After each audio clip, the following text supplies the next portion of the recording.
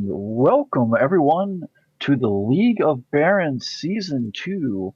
We are here watching. It's not regular season anymore. It's not playoffs yet. It's Wildcard. I guess we'll call it playoffs. But we are in the Well, Wildcard round of the event. Um, I am your host, Stephen Ford, joined as always by Joel Killingsworth. Hello. And joining us tonight is Mr. District Foundry himself, Ken Cho. what's up, Mike Lipglops? So, we have here tonight a play-in match between two of the players from Conference 4, that's how it's broken down, Conference 4, fighting for the right to play in the playoff tournament this coming Saturday. And on our left, we have Drew Brody, and on our right, we have Aaron DePiano. Who wants to take a look at these lists? I like these two lists a lot, Stephen. It's not Swarms, it's not Nantex, and my point of view is reverse from yours. Everyone's view is reverse of his.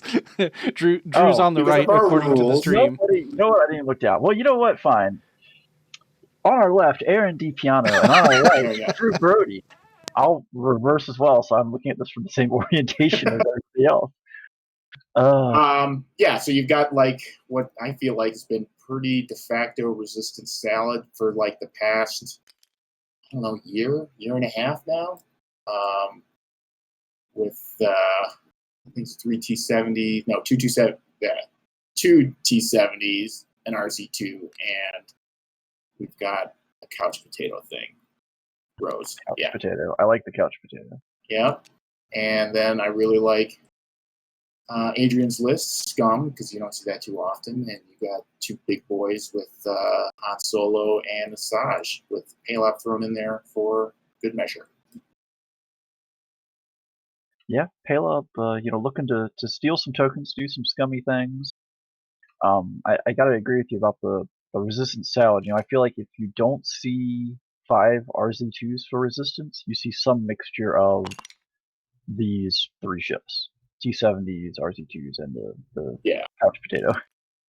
I mean, I want to say it's 2.0 2018, fall of 2018. Yeah, so I think Resistance started off strong. You had really a 3-ship list. I'm going to name drop it, but Carson Ray's Danger Zone was a big thing for a long time. But then once that first points adjustment in June, I think, 2019, you really started to see, more numbers, and the Resistance, you really had to go 4+ ships at that point, if not the 5 RZ2s, like you said. Cam's over here dropping dates, and I'm like, man, I don't even know what day of the week it is.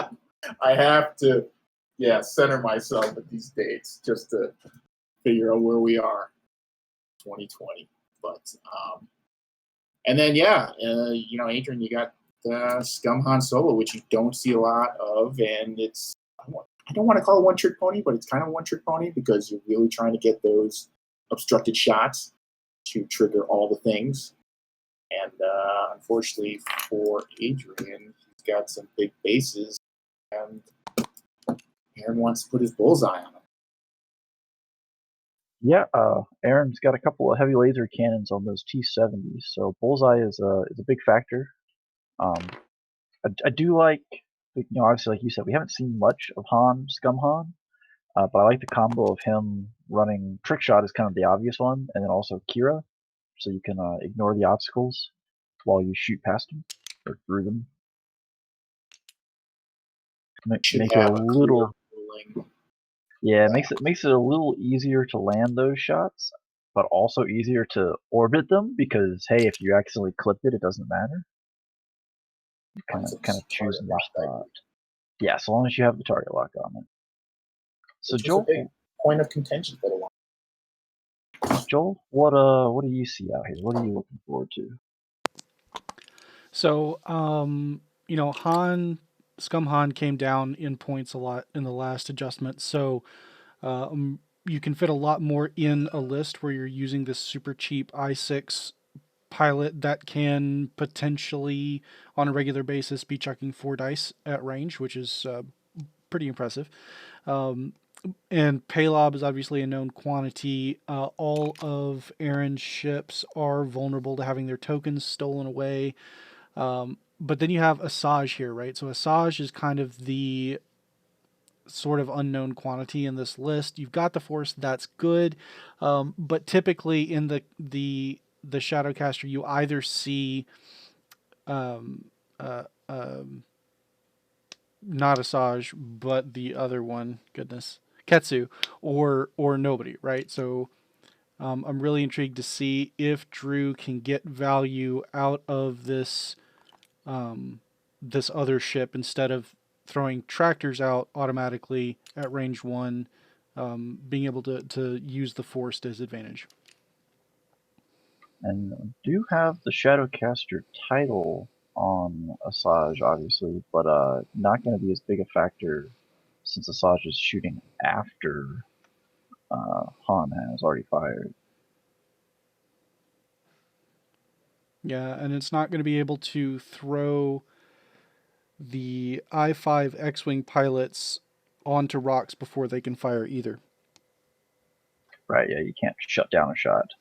You can obviously make the next movement a little worse, but hey, if you're already on fire at that point, does it really matter?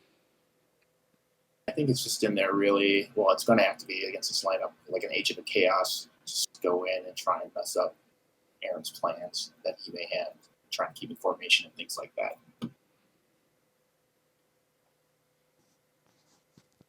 Aaron is player 1, correct? Yeah. Aaron is, in fact, player 1.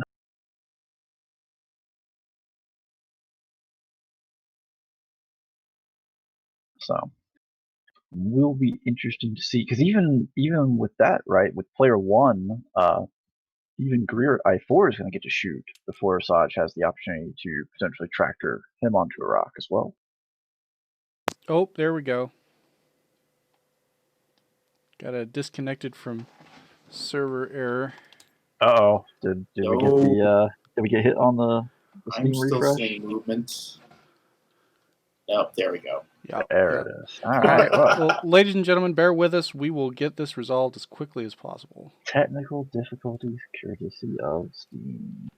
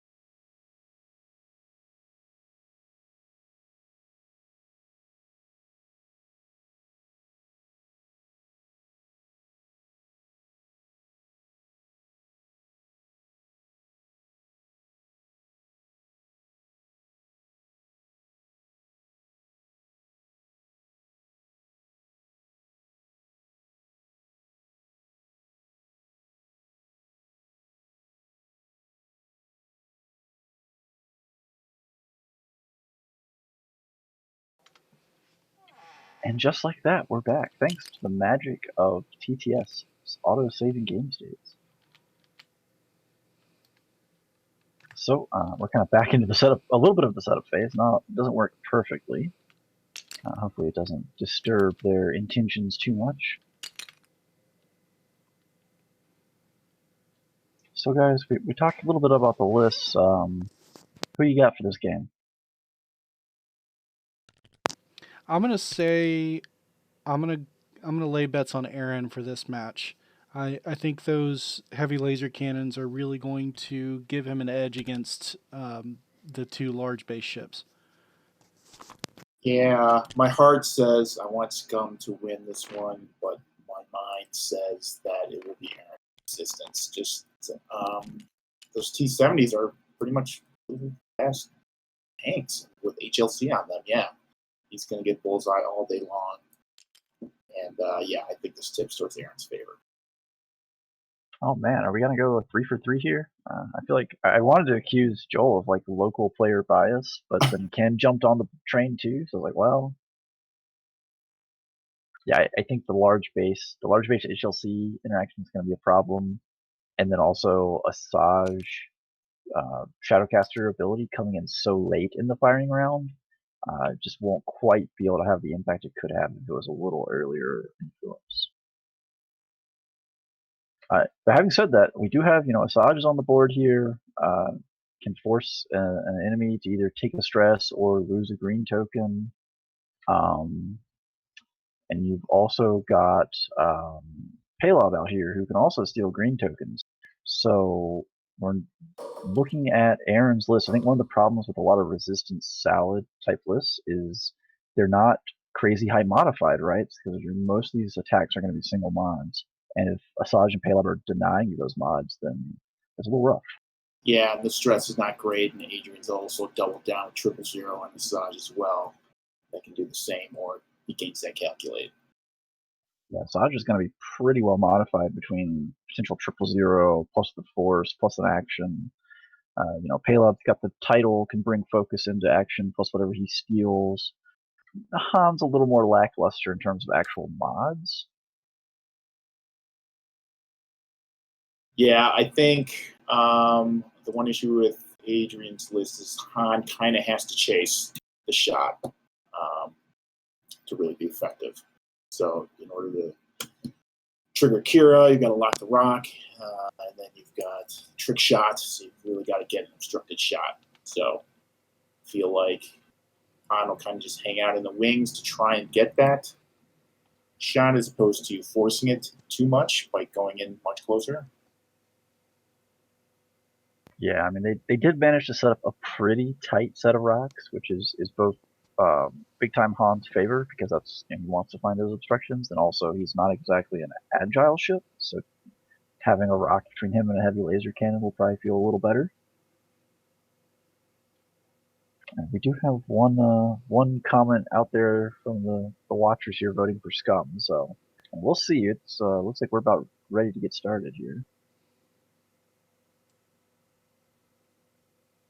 Yeah, my heart wants Scum to win simply because, like, the Scum Millennium Falcon is such a gorgeous model. It really is, even though the dimensions are all off. Yeah, the model when it came out with the shuttle docked to it as like one of the early 2.0 releases, it's like, wow, like they really stepped up. Yeah, that was like mind blown. It's like, wow, these can interlock, and I'm really glad to see that because they have released a 2.0 Ghost now, right? I can't keep track, but yeah, they have with the sheath and of that interlocks as well. Yeah, so that's super cool. I mean, what about super cool? How about the 2.0 B-wings, rotating cockpit, S-foils, etc.? I feel like that didn't impress me as much because I had already modified my 1.0 ones to do that. But that's cool. No, it's still cool. See, I'm lazy. I was like, oh, they're gonna let me buy one. I'll sold. It does look like we've got most of the dials set. Drew waiting on one decision here. So obviously Paylob needs to go a little slow at the start here to pick up his focus bank. But it looks like Asajj is poised to run down this board edge and kind of make that the classic Shadowcaster NASCAR move here. Where do y'all think Aaron's gonna want to find his fight? I know, like, Aaron's been flying this style of list all season, and he's been having really good results with it. And when he flew against me, he brought the X-wings around the outside of the obstacles, basically just trying to get the perfect moment to inject them into the fight where they weren't going to get hammered for it, right? Because these are his aces. They're I5. They can do Talon rolls with no repercussions. All those that sorts of fancy footwork, but they only have 2 agility, right? So they'll melt if they get focused down.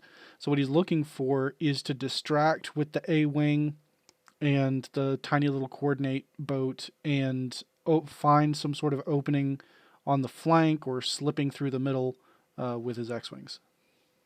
Yeah, I feel like turn 1, Aaron will do a 2-3 straight with those X-wings to see which way the big ships commit to, and if they commit away, he's just gonna, like Joel said, put on the burners and try and get around the flank and come in and really cause Adrian to think twice about every maneuver at that point. Because you could definitely serve up the pod. It's not many points. And if you chase it, I think that's what Aaron wants. And I mean, Rose in the pod here has a pretty good defensive ability, even just on the 2 greens at least. You can kind of hold tight and weather a few shots more than you probably should with it. Yeah, those things are maddening to try and kill. Well, we are off into round 1 with Rose just doing a 2 hard right off the board edge, so maybe not so eager to get into that position quite yet.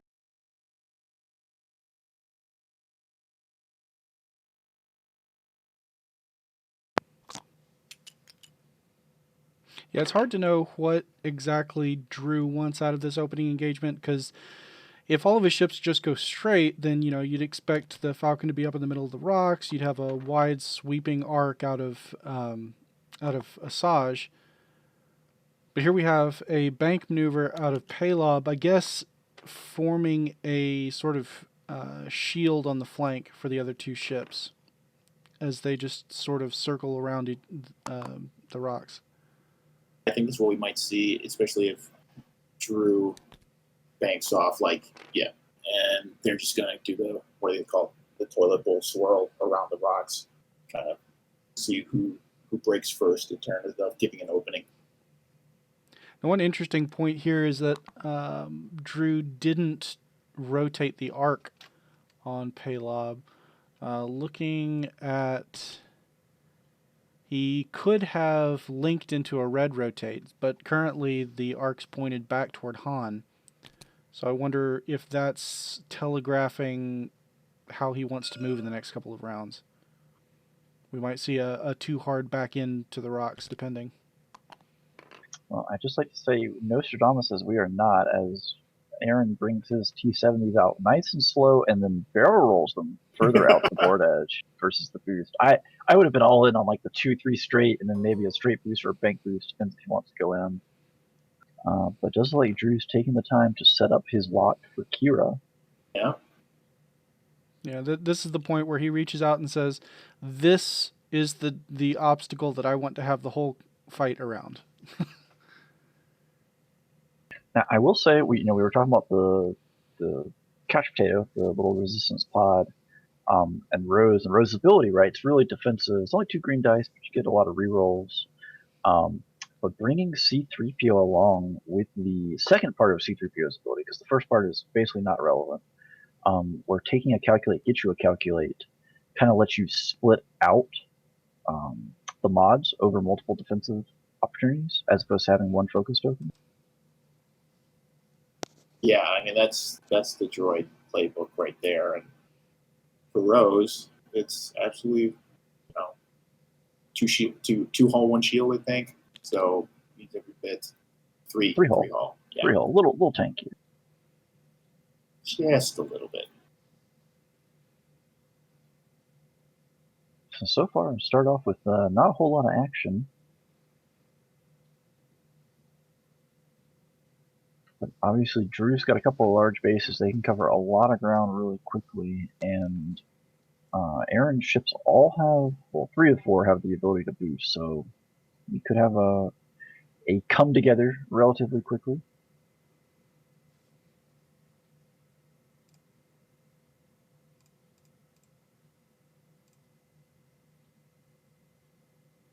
Not to mention the boost action on 2 of Drew's ships. Also true. So both players still have a lot of options when it comes to how quickly they want to make up ground. So how do y'all feel about that lock on the rock that Drew locked on? It's kind of a small rock. I mean, Yeah. it guards against Aaron coming in the next couple of turns, right? Like as Han is kind of going around that particular rock. I would have expected him to go ahead and nab the debris that was a little closer to Aaron's forces. That's what I was thinking too. But with the slower maneuvers out of those X-Wings, they could just as easily take it too hard up the board and just pounce on Han if he comes around too fast and doesn't have support. I'm thinking that maybe Drew's going to use that just to cut Han in right through the middle and just be dashed because now he can ignore that rock and then set up the next turn. Once he clears it, he can lay the target lock on one of those debris, like you were talking about, for that trick shot, as well as Han's ability. You know, that's a good point. I was looking at that rock as kind of blocking Han out of the fight. But I mean, he could just take a hard turn right at it because Kira's on with the lock on there. Yeah. And what orientation is the bow tie arc on Han right now? Side to side. Back, side to side? Not side to side, yeah. So that, side to side kind of makes you think he's going to do some kind of bank here, kind of try to slide around it. Because Kira only affects, if I remember correctly, it's only while you perform attacks. So if he runs over the rock... While you move, it says while you move and perform attacks. Kira? While you move and perform... Never mind, you're right. So he is dash. He's dash. He's dash. Yeah.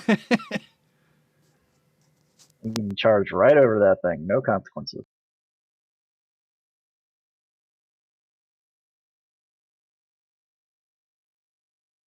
I am intrigued by Paylob's arc facing the direction it is, though. It's like even just from the start, it was kind of pointing at nothing, and now it's more pointing at nothing.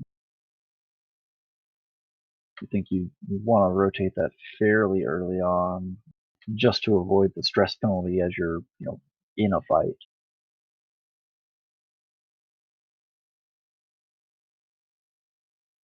I have to imagine that Aaron knows where it's facing, and it's on purpose. So he's got something maybe up his sleeve a little bit. Hello, Apostas. We have a greetings from the chat.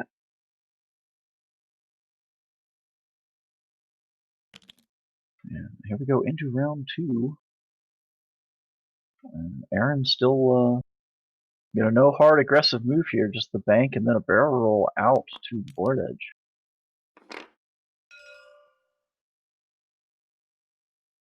I assume Aaron is using the cards to denote S-foil status. Is that correct?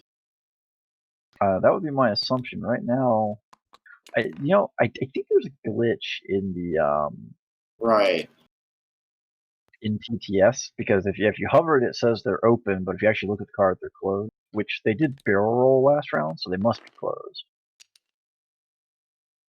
I actually had that issue with my first opponent at Corellia, where I was like, "Hey, you never like you said that you opened it, but you never actually opened the cards." And then he's like, "What are you talking about?" And I looked at it, I was like, "Oh shoot, they are proper." Yeah, the T65s had that problem too, so I was using actual tokens, S-foil tokens. Oh yeah. Space Jam, I think I was playing in. Yeah, when I was flying Marcel's Proton Wedge Luke 85 list. Okay. Brave. Taking X-Wings into an event. I like my Protons. Does Scumhan have a 1 hard? No, I think. No, he does not. He has the 2 and the 3, and they're both white. I don't think he can turn here without clipping Asajj. Yeah, if you're gonna bumping before combat happens is a good time for it. It's just kind of that awkward position. Yeah, I don't think he'll care. Joel, we've got a rules question in the chat. can you ruthless 2 times if you have 2 friendlies in range 1 of the target? Oh man,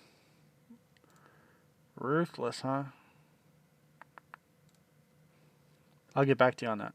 I know my I'm gut looking at it. instinct is the once per opportunity rule.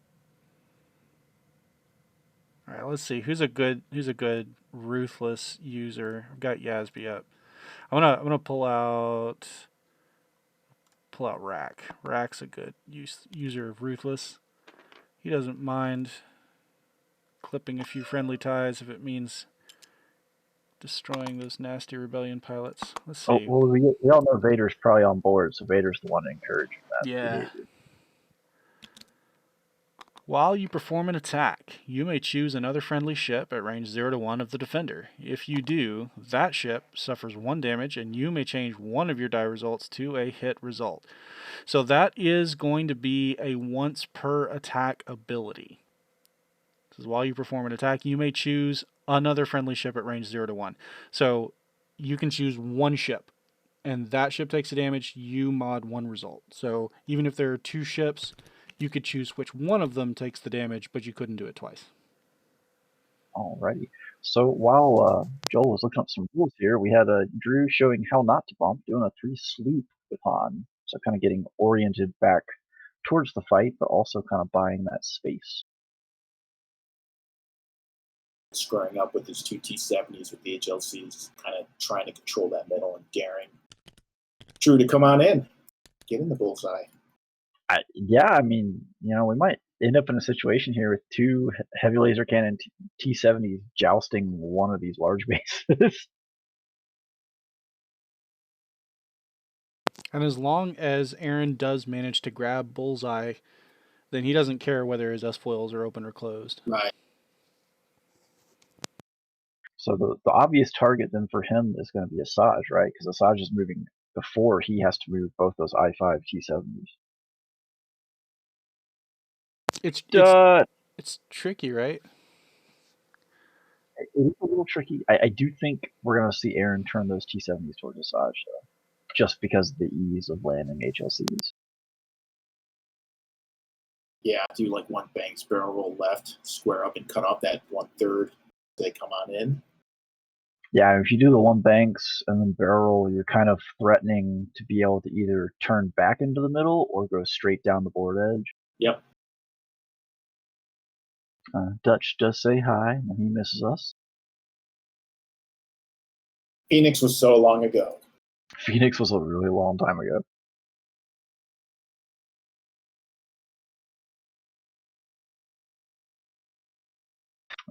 Palop still stubbornly keeping his arc pointing off to nowhere.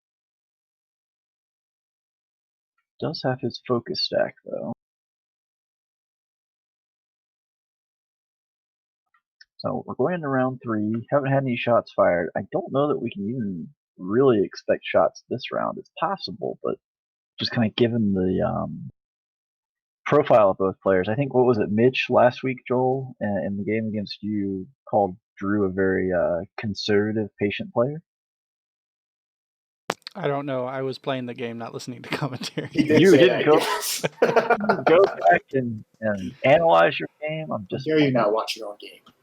Well, it felt like I knew what I did wrong because then my ships died. So no, I think going back and looking at your games is a really great tool. And had I done that, I might have performed better at Corellia. What did you end up doing?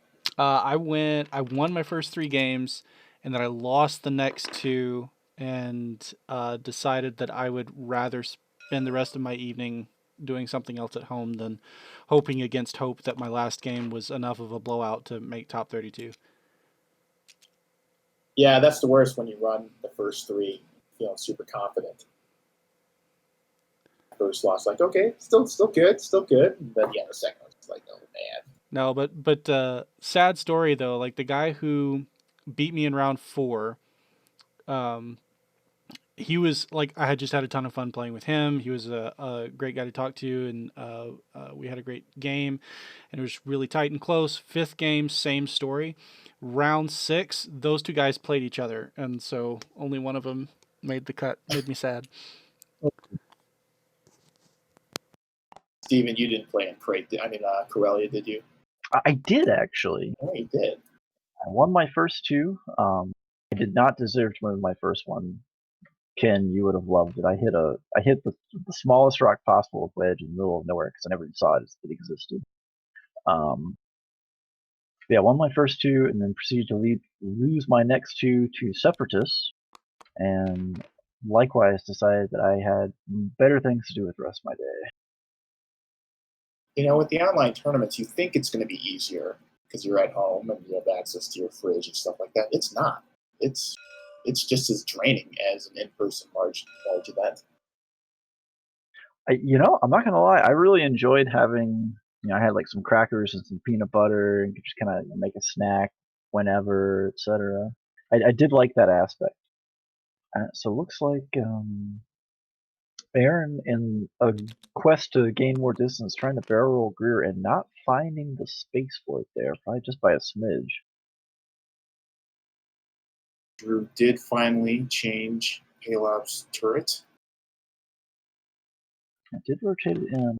And I'm wondering if that's actually going to end up to have been a mistake, because if he comes in too hard here and then continues turning, then it's going to be the other side of his ship that ends up facing the enemy. Rotating it back, yeah. Which, with the Hawk, rotating it back and forth isn't too bad. You just don't necessarily like that stress penalty on the link. But I will say, second edition Hawks, man, with the multi-crow title and that 3 dice front arc, when you're carrying your own focus, can take a lock that turn, you actually can hit quite hard. Oh, yeah.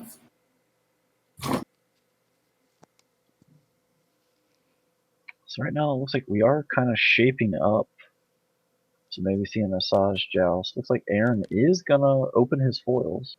Those banks. There's your one bank.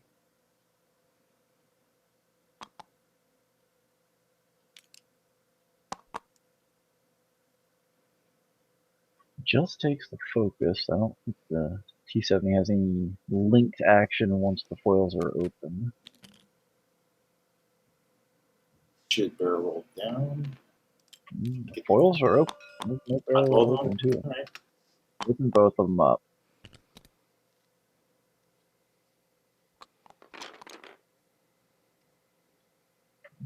See that lock get changed? Probably. Yeah. I'm gonna lock this big rock here in front of him, I imagine. Yep. And actually, that's going to be a really great spot, because if you look at the way that he's lined up, he can just come up with just a 1 straight and just park his corner inside that rock, and it doesn't matter who's coming around where. If he's got a shot, it's going to be obstructed. Yeah, the only trick might be Paylob next turn has to get over that big base. Well, he's got a 3 hard, right? I think it's red. It is red, so not ideal. No shots for Han. Probably no shots for the 2 5s. Oh man, Dutch made a sandwich before his opponent finished his dials on one of the space jams. That's horrifying. I did like that the Corellia tournament was a straight timer, so you didn't have as much time loss. And honestly, I didn't feel like, I did play like a straight up like Vulture Swarm, and we got kind of a late start there because the setup with that takes a while. But for the most part, I didn't feel like I was getting shortchanged on time with the way they were doing timers. No, I was, all of my games started, because, we had the 85-minute timer for the global round timer, right? So you had 10 minutes to get set up and start your timer before your game was actually going to be shortened by the global round timer. And I always had like 2 or 3 minutes left in that extra 10 minutes when my opponent and I started our matches. So the setup was really smooth, I felt like. And this was the first time that I really tried to play a under pressure timed event on TTS. And you can play really fast on TTS. I really didn't understand how fast you can play. Honestly, not having to mark a ship to move another ship saves so much time. Yeah. Do we think Assange is going to square up and go in here or turn away? I don't know that she has. I don't know that she has much of an option. She's kind of committed to going straight in here, I think. Yeah, I mean, if you turn out, you're just kind of going to suffer shots at range. Oh, it's going to be interesting. This is going to be an interesting um, convergence here because you got kind of Han lurking on the edge. Paylob will be kind of on the edge. Like it's possible that it's essentially Asajj versus 3 ships. I don't think Rose is going to be relevant next round because she's just kind of pointing off to nowhere. Dutch, so in the interest of saving time, basically, what Dion said was a round has not officially started until system phase. So like you can't plan one dial with the timer running out and then force a whole round that way. You had to already be in system phase. But this was all only if the 85-minute timer was what caught you. If your own game timer was what caught you, you play like normal. But if the 85-minute timer is what caught you, so you didn't set up within that 10-minute window, then the fact that you're fiddling with your dials is not enough justification to continue on with another round, just in the interest of saving time. I actually really like that because you do have that the games that are intense and people drag it out for 25 minutes for that last round because they know there's no quote unquote no timer.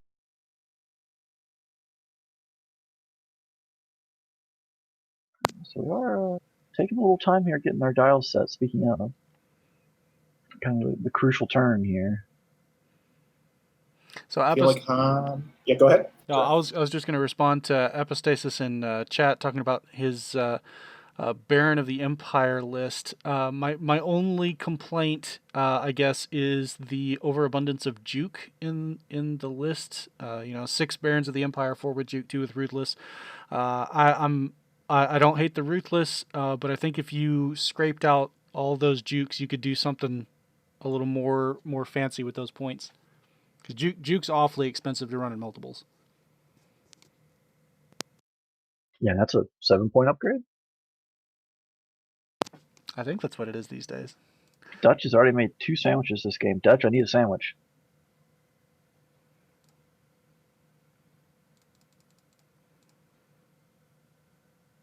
This is going to be a big turn. I mean, I feel like Han's just going to one straight forward and land on that rock to guarantee getting a trick shot if someone gets caught in range. The T-70s are just going to one forward. Yeah, I'm looking in here, and Elo actually, I don't know if Elo has a good enough line to not go, like if Elo goes straight forward, risk clipping this debris in front of them. Yeah, he might have to barrel roll left to get out of that. Yeah, we could see him closing his wings, do a one straight forward barrel roll, link into a focus. Yeah, got to fiddle with the S-foils for that.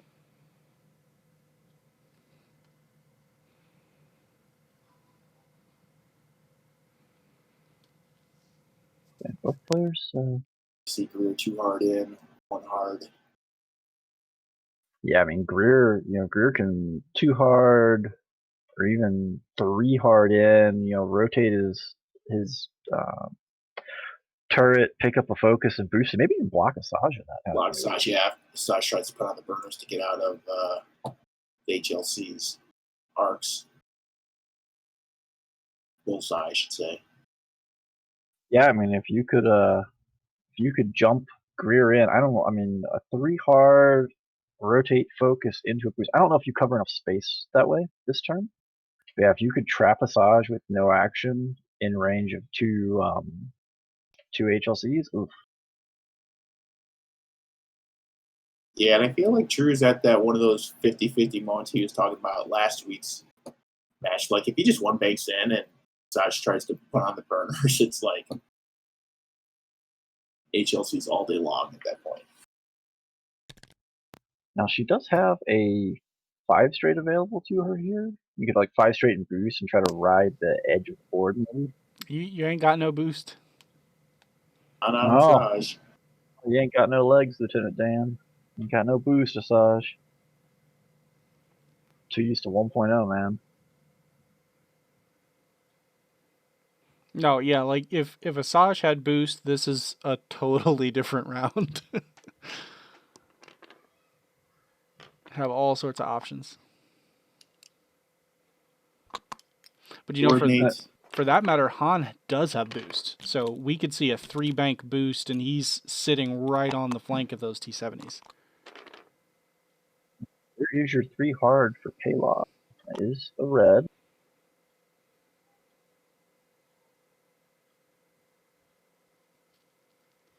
Yeah, so Ken, I think you threw out there that we did see Rose coordinate out to Mian this Yeah. turn.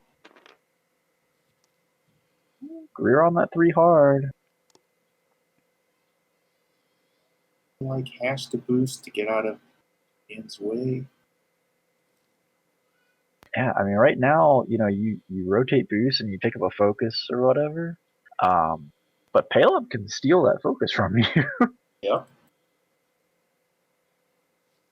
Yeah, you just make sure you're not in range 2. Do I remember that correctly? It is range 2, yes. Yeah. It'll be getting close to range 2 out for a boost, maybe. That might actually be what Aaron's debating right now.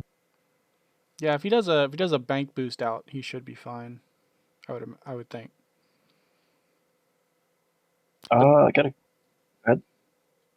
No, I was just saying. But then he risks. What if Drew is tricky and he throws Asajj in a turn across that debris? Yeah.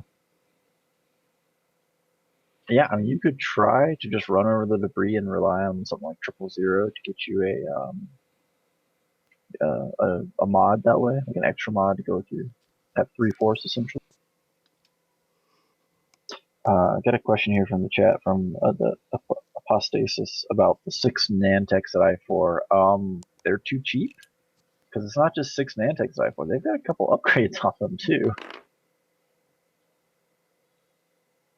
Yeah, there's obviously, I mean, there huge congratulations to Bohan Lee for taking that list to the final table and winning Corellia over the weekend. It's a fantastic achievement. And I watched, particularly in the final, the way that he set up and the way that he moved those things. He put a lot of thought into it, making sure that you have those mobile arcs pointed in the right direction on the right turn, only rotating them when you're okay with having lowered your own agility. Not wasting time rotating them on the wrong turn and opening yourself up to take more damage. Positioning yourself to nab those bullseyes where all of the damage output from that list really comes. I think that it is balance-wise too many toys to have in a single list, but at the same time, it's not going to be an achievement that is easily replicated, I think. Yeah, there is some skill involved. So we did see the banked boost out of Greer kind of splitting the difference there. It gets out of range 2 from Pale Up for sure and blocks Asajj onto the debris.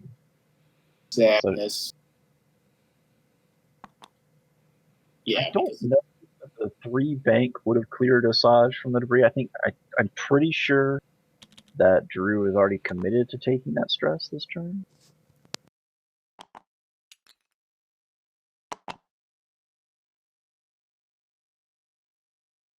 With a 1 bank here out of Mian just barely has arc here.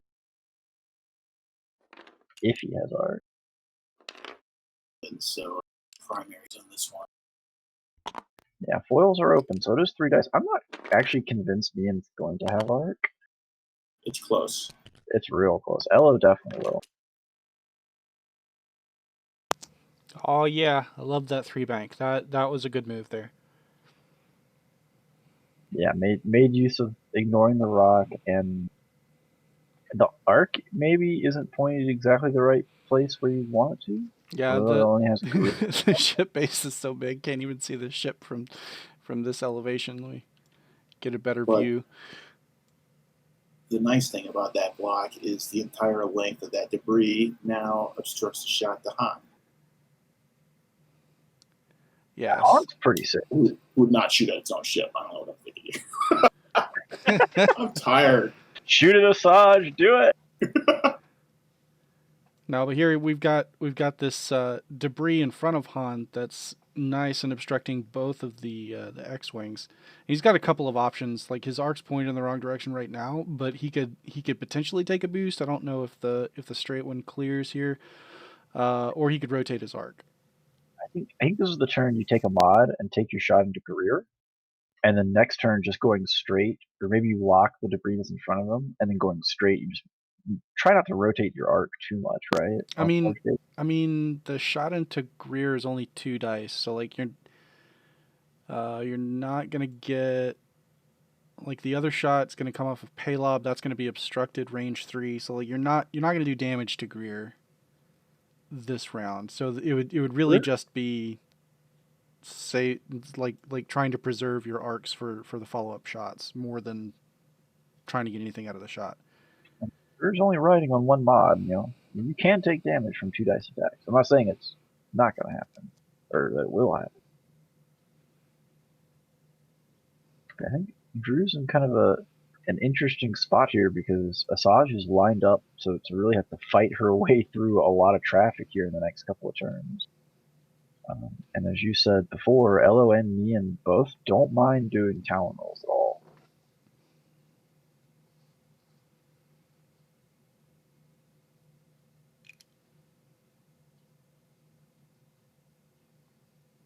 Joel, while we're in kind of a lull here, so this is the play-in for the playoff, which are this Saturday. You want to give us maybe a rundown on what's going to happen Saturday? Right. So Saturday we're going to have a player meeting at 9 a.m. Central Time. So that's for our friends in the Eastern Time Zone. That's going to be the ripe old age of 10 a.m. And for our friends on the West Coast, that's going to be a bleary-eyed 7 a.m. Player meeting. And then we're going to get organized and start our 8-man single elimination playoffs tournament for this season of the League of Barons. So we did have a measure there for Paylob. Paylob has nobody to steal from. Doesn't look like it. Han did turn that turret forward that Joel's talking about. Did that shot on probably Elo. All right, so we are going to see. Now this is an interesting spot here because Asajj's ability, right? You can put another stress on Greer, or Greer can lose his focus. So you could have the potential here where Greer is getting no mods for multiple turns and facing shots this round. Does Asajj have her arc facing forward? She does. She does. Sure does.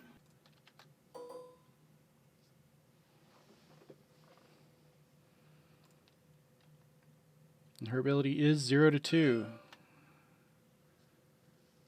Getting a calculate, maybe. Calculate off the 000. But now it looks like both players are reading the actual ability on Asajj. So he's spending the force for the ability. So Aaron's got to make a choice now. And that ability is 0 to 2. So he could be targeting one of the X-Wings. Also very true, yeah. Yep, there it is. I was probably going to get hit by Han too. That's pretty clutch.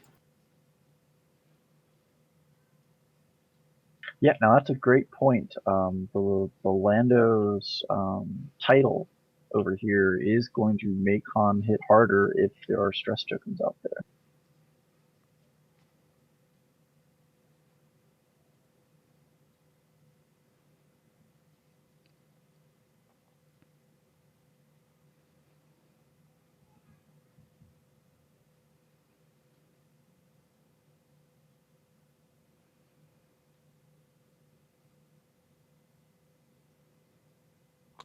Okay, yeah, I think Aaron maybe had a little moment of hesitation there. I wasn't sure if he really wanted to commit to that stress token.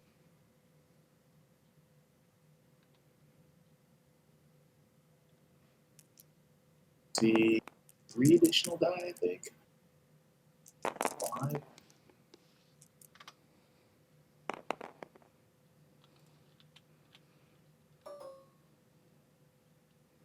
Yeah, so we're going to have the 1 additional die from the Han Solo ability, the 1 additional die from Trick Shot, and the 1 additional die from Lando's Millennium Falcon. Yep. So this is the dream shot. 5 Just die like that. attack, no mods. Yeah, going from 2 to 5 is quite a 3. jump.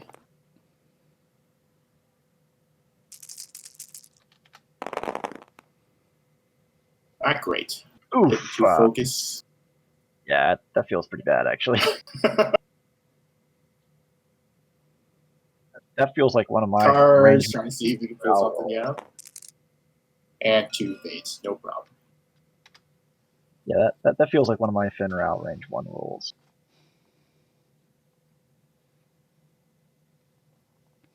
So we should see the 270s.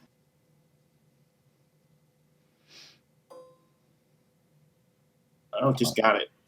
Oh, clipped that corner. Whew. And now this is a double mod shot.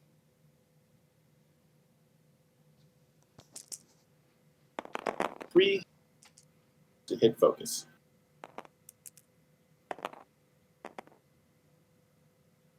Ouch. Spent that line Blank. for Yeah.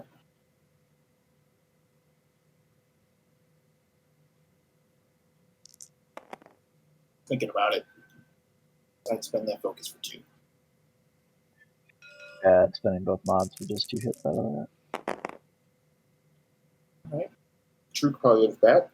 1 evade. Shield. H2. I think not modded. I don't think it's got a lock on there. Yeah, Elo's just got his focus token. For 2 crits. I can't tell. That's a blank.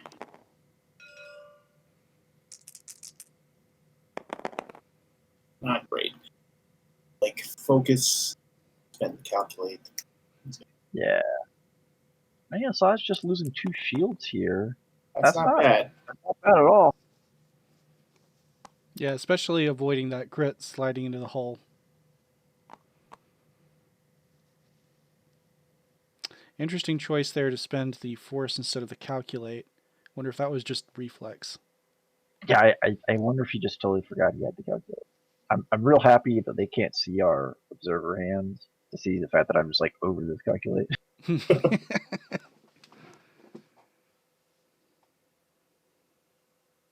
Yeah, so let's kind of put Asajj behind in the force resource race here.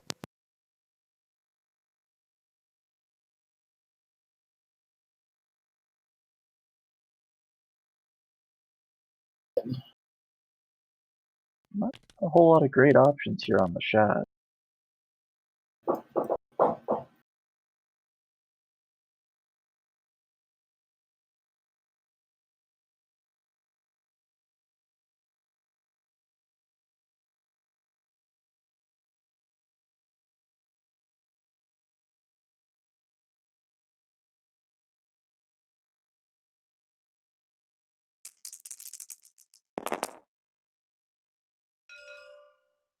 Great, just to focus.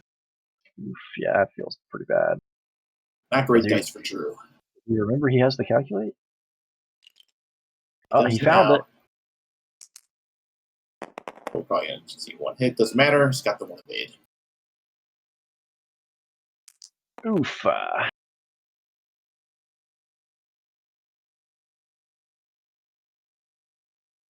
See Greer. Front. Yeah. Oh, look at Range Rose. 3. Pick up the range 3 to Han. Can't sleep on that Rose. Rose does have 1 friendly ship in her firing arc. So we've got a bit of a reroll action going There, on. yeah. Calculate. Reroll. Got it. 2 hits. Man, double modded. Oh, blanked out. Nix casually takes 2 shields off of Han as well. That's a pretty good result, actually. Can't sleep on Rose.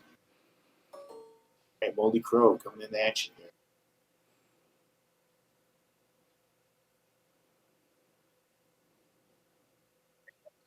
for me and Numb here, right?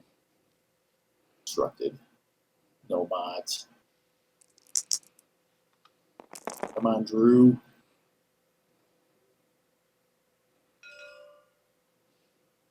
Three. All right, hit crit. Yeah, that's not bad. That's not All bad. right. That's worse, though. Double of it. That Han whiff, really, really not great for Drew. And that's the thing, you know.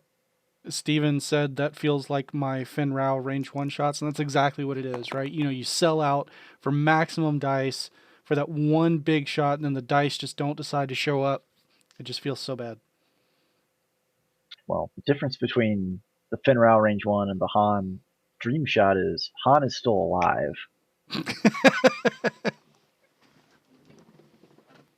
Drew took a couple of shields here off of the ships.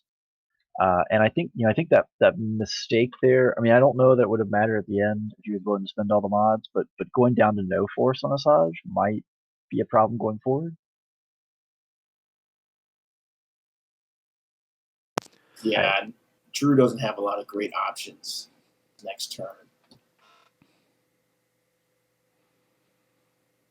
And Han's target lock is behind him now, so it doesn't help him moving forward.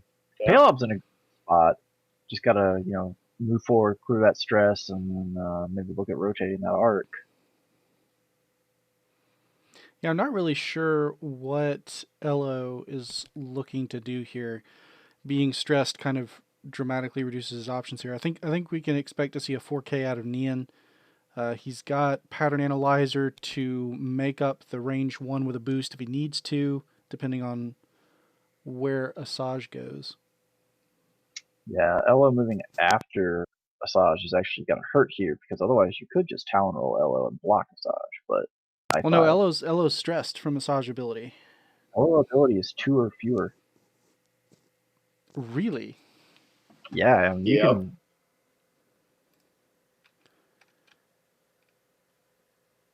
Yup. Oh, Joel learned something today.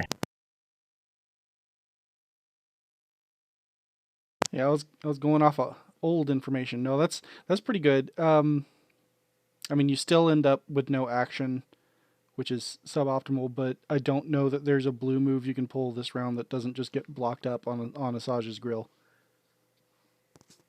I mean, honestly, that might be the ideal result. It takes one shot away at you and just take the bump and commit to the turnaround next turn. For that matter, do we see the the 5K fitting at all, or does that just run straight into off of Asajj? I mean, does that just run straight into the X-wings, or does that hop over? I think it clears. I think that back end would clip Elo. Ooh, yeah, I think the 5K is... That'd be a real risky dial-in right here. Yeah, especially starting out stressed like she is. Like you could pop cybernetics, but it's a bit early in the match to do that if you can avoid it.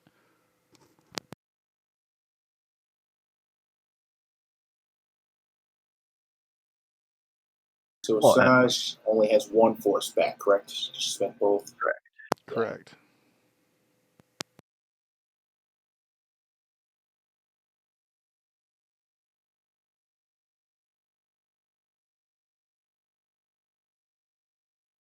By the card.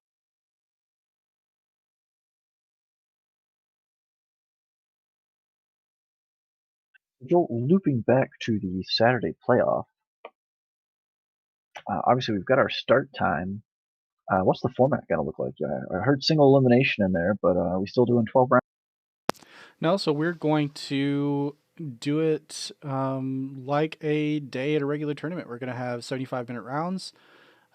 Each player is going to submit the one list that they're going to use for the whole day before the whole thing starts. Now, they will have some scouting information on each other because they can go back through our record of all the lists that each player have used throughout the season and try to get a feel for what their competitors, like to fly. and maybe tech against them a little bit. That way, a little bit of extra strategy to the list selection. In addition to that, the the bracket's already been seeded, so everyone can see on their path to the final table what all players they might eventually play, and then they can say, well, I'm not even going to worry about people that are on the other side of the bracket. I'm just going to focus on teching against the people on my side of the bracket to try to maximize my odds of getting to that final table.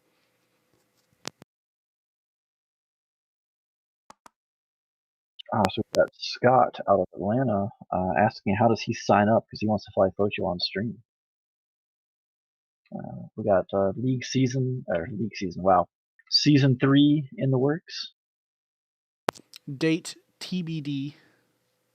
But it will happen. So yeah, we'll put out a announcement about signups for League of Barons Season 3 sometime after the finals. Is there a cap on this season, or is it just open to whoever wants to join in? We have not determined the format for Season 3 yet. So those are all open questions.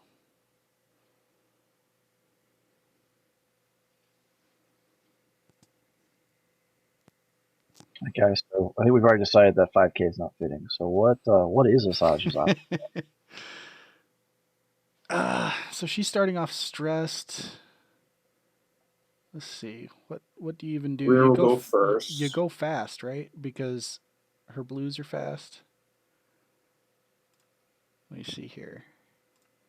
Yeah, so it's a 2 through 4 straight, and then all the 3s. Those are your blue options. You go fast, you're gonna run into Nian. I mean, almost guaranteed. I don't think there's a way to not hit Nian here. Does she still have the hard turns blue? Yes. Just these are the 2s as well. You end up running into that debris cloud and not really doing anything. I think just taking as slow as you can, maybe the 2 straight. Take the bump. Take the bump and just try to shoot. Maybe Rose will still be in arc. I don't know. Or for that matter, you could take the 3 bank to try to angle your arc a little bit and try to smack Rose. Oh, kind of 3 bank, except the bump into Nian to save him from the debris. Mm-hmm. Does look like dials are set, so here we go. Rose on the 1 bank. Clears her stress. Double calculate. Rose is expecting fire here, looking at a couple arcs coming at her.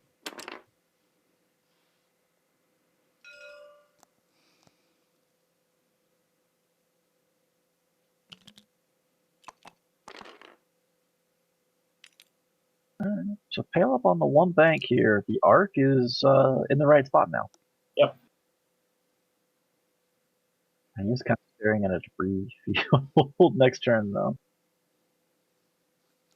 Pretty sure too hard will keep him. Too hard, yeah. Clear out ally. Focus, rotate back to try and get a range 1 shot. Looks like we're looking for a target lock.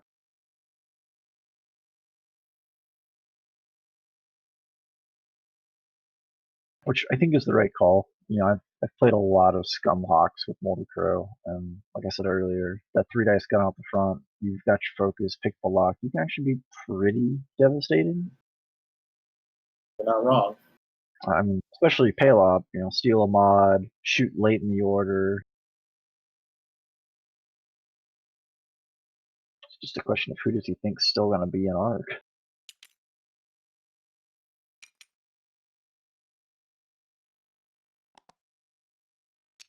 Right one.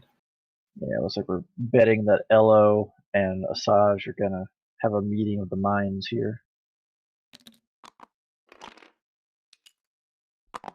Yeah, either Elo really doesn't go anywhere because of bumps, or the too hard does not get out of anything. You can't position out of anything. So it's the right choice. Yeah, Greer getting his free rotate. You know, I think Greer is just kind of open season here. Pick up a focus and just take that shot into what is most likely a bump to Saj. Yep.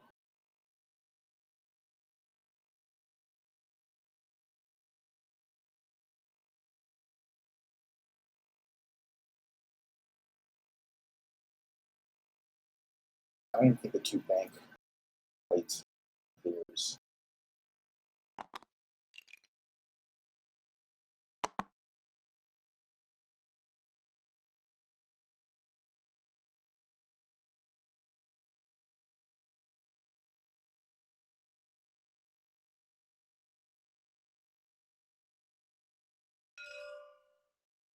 Alright, so What looks happened? like Saj doing the 3 bank. It is. 3 bank. And accepting the bump, and it, that's a pretty good spot to be in, actually.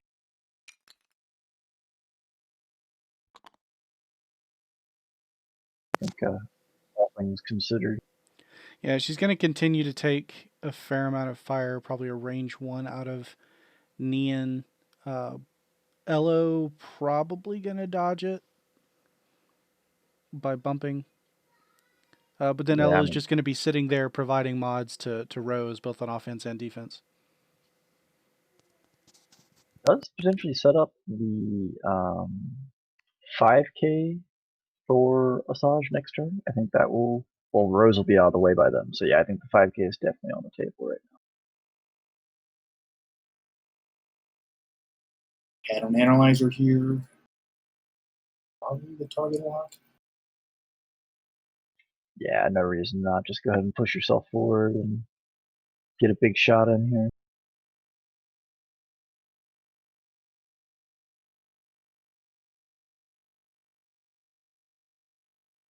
So of course, Han here could do maybe like a 1 bank, and if we accept Elo is going to bump into Asajj, Asajj's ability could be triggered. I don't know if you want to trigger it, just because you're going to take a lot of fire, but you could set up Han for another obstructed trick shot, stress shot.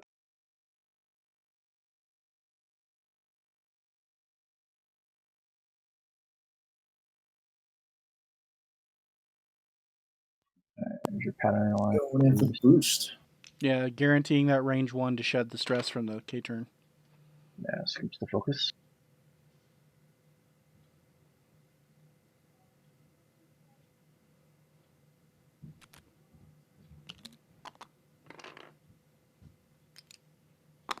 Oh, interesting. Just kind of banking out. I guess that's setting up for the Talon roll next turn. I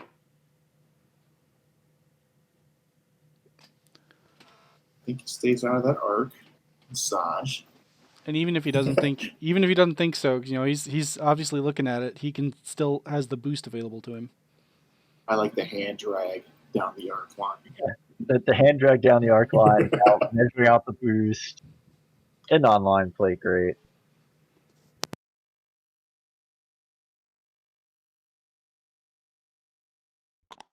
Yeah, I think that's the right call. Paleb's a non-factor. Your 3 Talons really well set up next turn.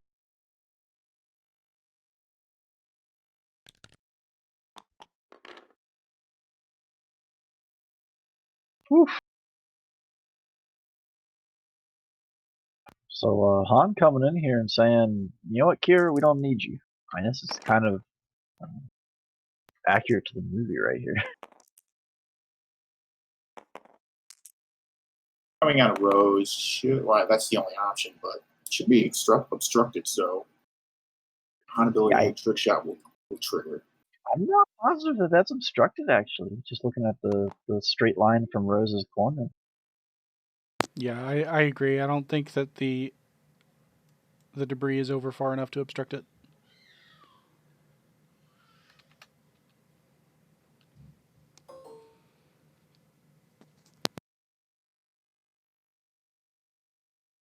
Caleb gonna steal a career.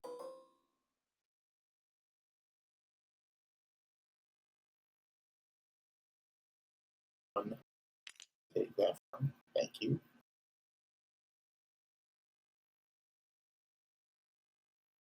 I mean, if Paleb can consistently find the arc, he could really bully Greer.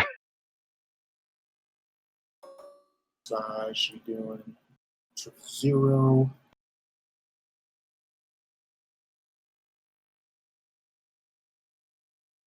You know, Nia Numb just shuts 000 down, right? Yes. Because Nian's like, yeah, I'll take the stress. Oh, I don't take the stress. Oh wait, bye. But for a hot second.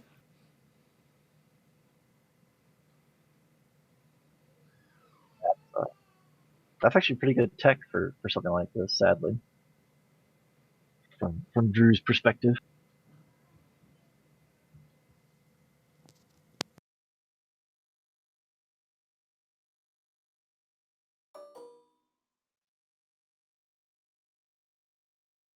Oh, we're going for the force spend here for the Asajj ability. Wow.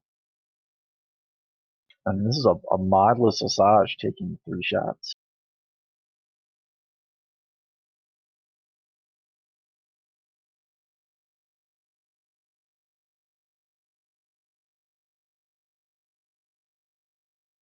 Now, is that mitigated by any green token spend? I believe so. I Yeah, believe it it's is. just It is green. any green token. So the calculates.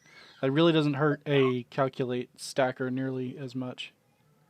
I mean, if you're Rose, I mean, I'm kind of surprised he took the loss of calculate instead of just taking a stress. I don't know if taking a stress for Rose is that bad. Well, the extra die off of the Han attack. Oh, okay, yeah, that's Yeah. fair. This is going to be range 1. And considered unobstructed. So it should just be 3 on 2. No, Yeah. no mods either way because Rose doesn't have any friends. All right, Yeah, they crit. Not bad. Oh yeah, the one calculate. Yeah, and that's enough. Yeah. Yeah. Sadness for Drew. Yeah, Drew's dice just not quite hot enough to get through this.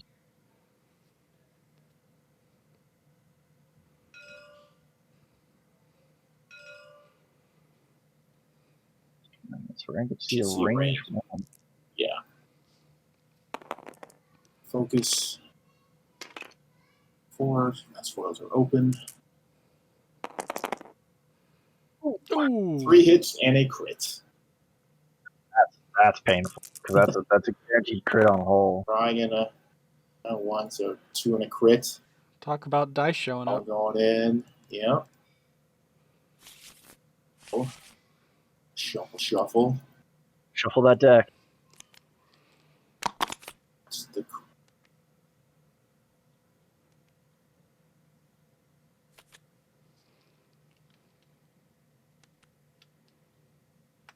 Damage sensor array. That's not the end of the world for Asajj. And 000 still works. Force still works. I just noticed this Asajj has a hull upgrade, so she's a little tankier than normal at least. Yeah. So 6 hull left still. But at this point, Han really needs to get in the game. Yeah, Drew putting down the Chad crit token there. It's not just a crit; it's a crit. So big boy. Caleb showing up there, making that just the one hit, and the evade. So Palop bailing Asajj out a little bit there.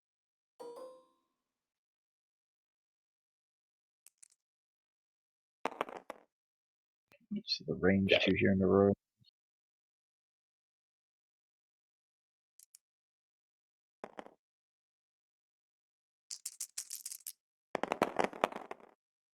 Still not doing him any favors. Oh, Don't spend that force. gotta have a force to spend. Yeah. It does not have it.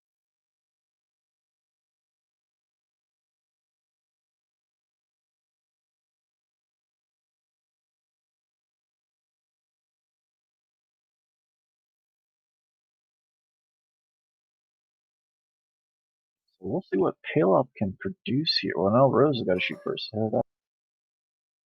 On you, Rose MVP. Seriously. And Rose has got a reroll here. She's got Nia Numb in that art. 1 for the kill. Going here's the. Yeah, reroll. Oh, it crits. The one taking the crits. I tell you, Rose is doing all the work right now. MVP. Damage engine. Oh, that's a That bad hurts. crit. Yeah. That's a bad crit. Chad crit token indeed. All right, Payload. Yeah, before Rose shot there, I was ready to say that, while Drew's bleeding out, he's not taking anything too severe, but positioning. But now, So you JJ from the road second time. we got to shoot Drew here, right? I feel like that's the play. H2, no mods. Yeah, you've got a stack of focus to work with. Yeah.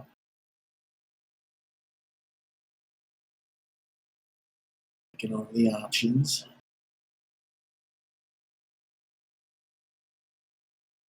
Yeah, you got Elo in there.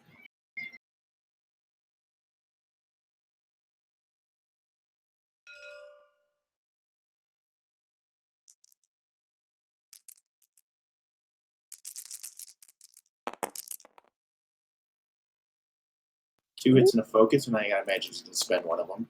Yeah. 3 hits. Say, find out who he's shooting at. Is it Greer? It was at Elo. Oh, okay. Elo. So, got the 2. I guess going for where the target lock was. Han. I was ready to declare half points on Greer there. So far, speaking of points, we've got half on Asajj. Elo is 2 away from giving up half. Han, Paylob, and the rest of Aaron's ships all still pretty healthy. Well, Drew. Yeah. Oh, I see what you did. Never mind. So I think we can just agree that Asajj is going to die this turn. See the talent roll on Elo. I mean, Asajj, you got to imagine Asajj just got that 5K dialed in, right? 5K. He's got 1 force. Will pop contraband. Hopefully, will not get PS killed. I don't think with Elo facing that way, I don't think Elo can contribute to the damage, but I don't know that Elo can contribute enough. I mean, Elo can potentially nab Bullseye on a Talon roll boost. Oh, that's right. For a 4 dice HLC. Elo does have heroic, so it's a kind of mod. It's not a great mod, but it's a kind of mod.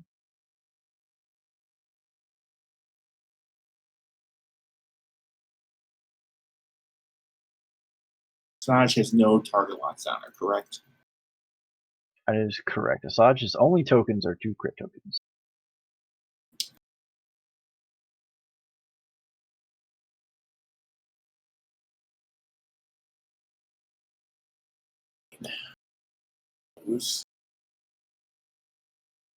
After seeing Drew's success against you, Joel, I'm kind of surprised to see this kind of list. Like it feels like it's a very different list. It is, but he was saying after the match last week that the list that he brought specifically to counter the list that I had been using the last couple of weeks wasn't something that he typically flew or was used to flying. So, I don't know if he looked at the X-Wings, because this is like running the T-70s is what Aaron's been doing all season. So the list that Drew has brought has got to be here because he figured that there was some sort of a tech advantage that he had coming into these X-Wings. Yeah, I think Aaron said before the match that he did make a couple of changes in order to find the HLCs, which obviously large bases don't want to see. It's also worth noting that the Aaron has only lost 2 games all season, and one of them was to Drew. Yeah, it is the nature of the beast here running 2 divisions per conference, so you have 8 players in a conference, and you play 7 games. You play everybody in your conference, so there's no way to not have a rematch here for the play-ins.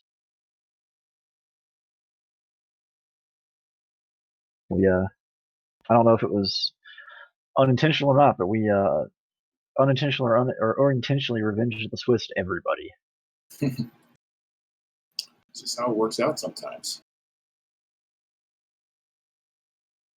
Well, you figure Rose will do one bank and feed a coordinate to one of the 2 T70s. You might reach out to Elo here. Yeah. No, probably Nian, because Nian actually does run the risk of maybe bumping, just depending on what Asajj does. So you want to probably have some kind of token there. So Elo's whole shtick is the Talon roll, right? So you got to know that Drew is looking for that Talon roll. So do you just take the Hawk and plow right over that debris to try to nab a range 1 primary shot? I mean, might as well. You've already got 2 focus on you as the Hawk and a target lock. And the target lock, yeah. Yeah. Kind of been waiting for this moment.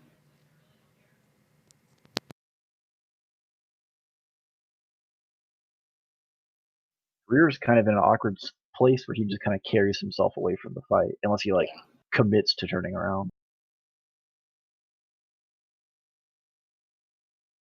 Which I guess, looking at Greer's ability, yeah, so Greer's ability is not an action, so you could just go ahead and do a swoop in here and just rotate the art.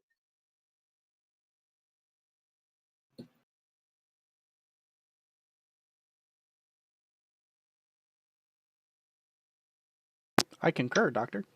I do love when I reference a card and I see the other hand slide over to go look at the card. Let me look at that. Oh, wait, hold on a minute.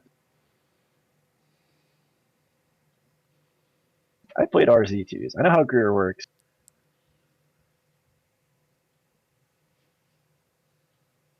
I'm gonna out one on my little brother here. So Scott also plays RZ2s. His kind of benchmark list is the 5 RZ2s list, and he took an embarrassingly long time to figure out that Greer wasn't just on a blue maneuver. Now, in his defense, that's like 80% of the maneuvers on Greer's dial, so I could see where you'd get a little confusion going on there, but Yeah, it is hard. It's almost hard to not do a blue because you're like, well, I boosted and focused last turn. I need to clear this stress. Oh, I get to rotate. That is pretty funny, though. so I knew because he had that revelation in front of me, I knew that it wasn't just on blues, but I wanted to check if it still worked on reds, and it does. Yeah, there's the one bank.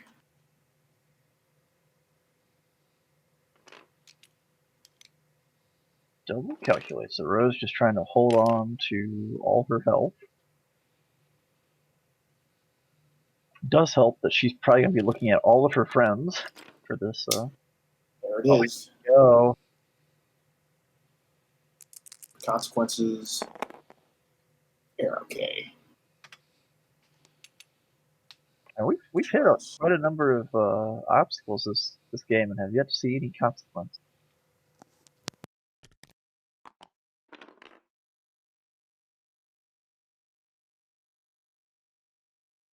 Boots left. Keep Palop in the arc. Yeah, Palop can't steal your focus from you there. That or he boosts in and just trying to ignore Palop. Get back in, yeah. Yeah, the nabbing the shot on Palob this turn means you're kind of out of the fight for 2 more turns after that. Yeah. Oh, there we go. Never mind. And you're stressed, so you can't turn around here. You're gonna have to too hard and try to boost around the obstacle. Greer is kind of out of the fight either direction for a minute after this round. Oh, cybernetic spent. Here it is. There we go. 5K. Whoop whoop.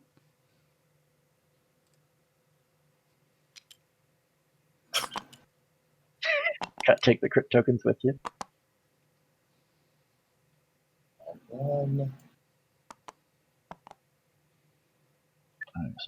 the focus on that? Fire one straight. Barely keeps. Bullseye for HLC.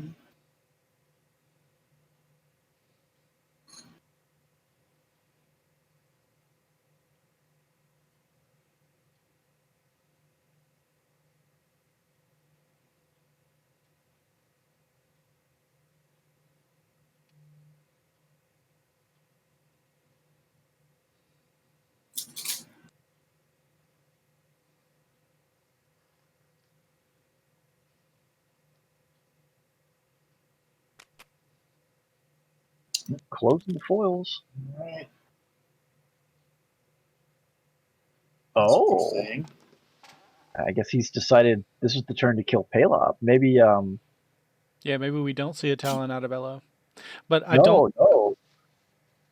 A 3 hard, maybe? I don't know. Yeah, I don't think that he's got the space to do that barrel roll though. Going backwards, you don't think so? I think he's got it. New 2.0 barrel rolls are hard to judge. Yeah, first edition barrel roll, he's definitely got it. Oh yeah, easy. The second, it'll be tight. But he might have it. You may be right. I think if you go from the middle and then you back up, I mean it's gonna be really close, yeah. But yeah, if you have Greer with a shot, Nian with a shot, and then Elo swoops around here on like a 2 hard or something and gets his shot in, that might just be a dead Paylaw. Don't forget Rose. I can't forget Rose. I guess I was thinking in terms of killing before it shoots. The real hero of the resistance. I'm going to go in with Rose delivers the killing blow on Payload. I mean, that's quite possible. But first, we got to see if Aaron thinks he can fit this barrel roll. Man, that is so close looking at it from the side. Well, what else do you do though, right? Like, do you just take the boost and say, nah, never Get out of mind? that arc, yeah.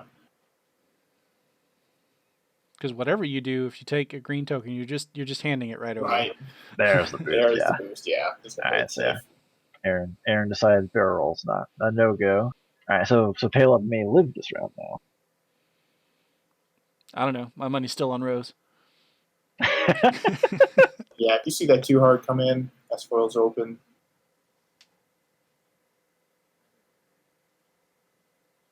I'll see here. He's trying to decide if the barrel roll to line up the. Well, I mean, he doesn't need to line up the bullseye. If he just nabs a regular range one. Right. I mean, Barrel would definitely do that. that's range 1 right there, isn't it? Close. It's real close. Going for the lock. Yeah, going for the lock. Don't give Paylob anything he can steal. Did open them.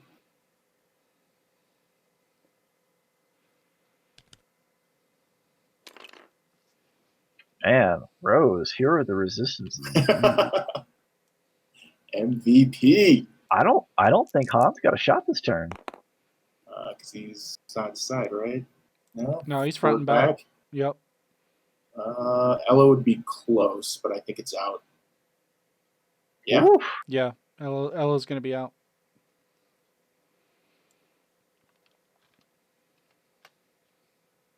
So if Rose can weather the storm from Asajj, I don't. Do you even call what Asajj is going to put out a storm? I mean, Just 3 dice, and Rose has got 1 friendly in arc. Nothing close enough for the 000 trigger on Asajj. So I assume we're going to see Asajj maybe try to trigger her ability here as well, just because there's no shots facing her.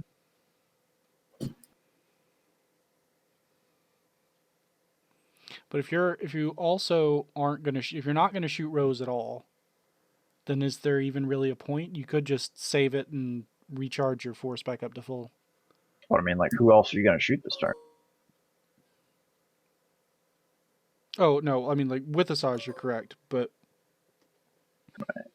Yeah, so Han got nothing. Looks like he did not elect to use Asajj's ability. That is a Yep, range range 2. Barely. Speed So had the 3. space, but wouldn't have had the mod. Okay. I got Rose in the wings. I'm going to spend that target lock. Heroic. Blanked out. Oh, heroic.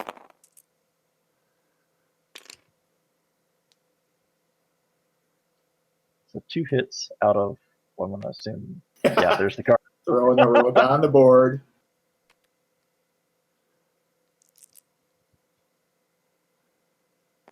Now painstakingly putting it back. And oh, Oh! it out. That is. We still all in on Rose here?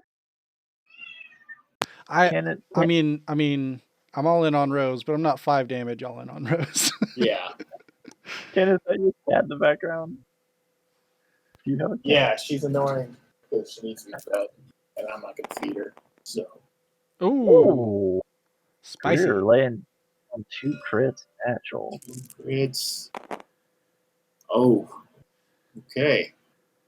He got shields. Well, he's got less shields, but he had shields. Yeah, I'm going to hammer the under on Rose now. That's like weighing the bet, man. Like after the race, you're like, I want to change my bet. Had you taken both those shields, I still would have said Rose would have finished it. Double crits. I think with this Asajj shot, you have to try to go into Neon. Rose is just these mods. Yeah, because like I mean, you're giving him 2 more greens, but Rose has a reroll and has green tokens. Looks like it's Rose. Yeah, 3 hits. And it's going to take 2. Got the Rose reroll. Yeah. Taking 1. And it's taking 1. Shield, man. Yeah, that's maddening. Tractor beam. There we go. Oh. Is there debris that they can reach with this? Yeah, I think that debris. Yeah, you could put her on the debris. Right. You could maybe barrel roll her in front of Han so that she no longer has the shot on Paylob. There we go. Oh, wow! We're really selling the Rose bet now. I'm playing the long con. She's still going to deliver the killing blow. It's too. It really feels bad now that happens after Han's opportunity to shoot. Because man, if you could just barrel roll her out there and Han just. Yeah, nothing. Paylob gets the answer back. Here we go.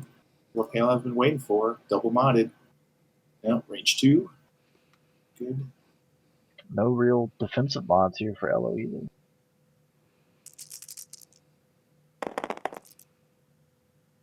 Hit crit.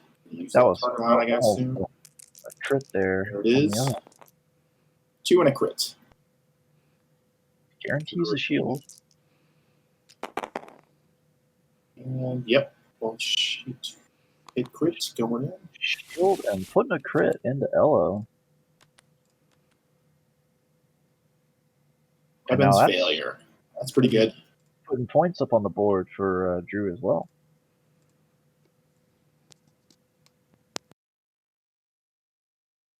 I think you got to say that's a pretty good turn for Drew just overall, right? Yeah. Because Greer's now out for 2 turns.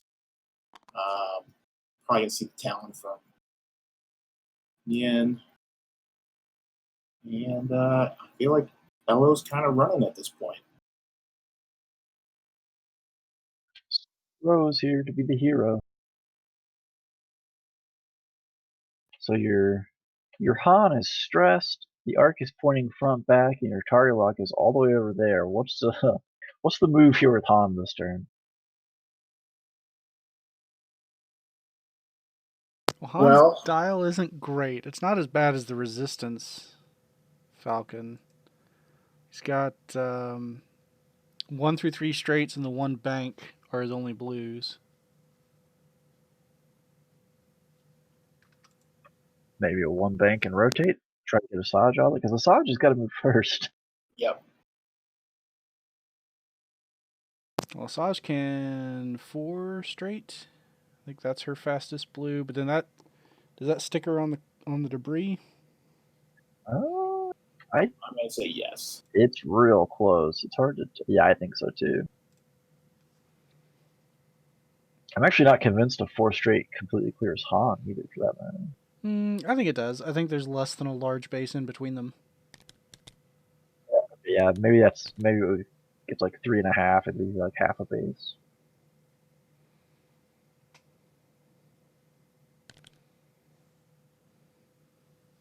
But Asajj should have all her force back this turn, I believe. So, I don't think, because Drew spent a force to change one of Asajj's focuses in that attack on Rose, correct? Oh, we did? Oh, I I missed think that. he spent a focus. Did he spend focus? Okay. Refresh both force, so Jerry's still out.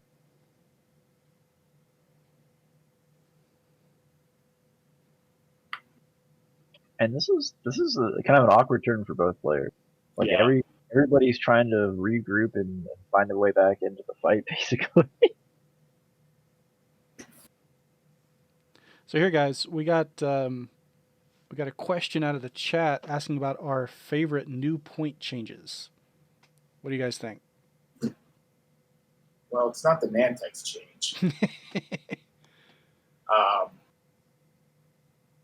I like the tie Barons that dropped. Yeah. As a first order guy. None of them. I didn't see. I didn't really see any changes that were that impactful, except maybe the I blank now. I obviously the Nantex was an impactful change, but that's not a favorable change. No, I don't it's like not that. a good one. I don't know if there was anything else interesting in the changes. I mean, there's some small adjustments that'll probably wrinkle themselves out over time. Joel, what about you? I liked the attention paid large bases and like making an effort to, like the agile gunner, for instance, being cheaper on large bases than it is on inveterate turret gunner as well. Just trying to give those tools to the large base ships that have been struggling to find footing. Okay, that's fair. That's good. That's a good one. Mitch is in the chat here saying that Barons are bad. Don't fly them. We know, Mitch.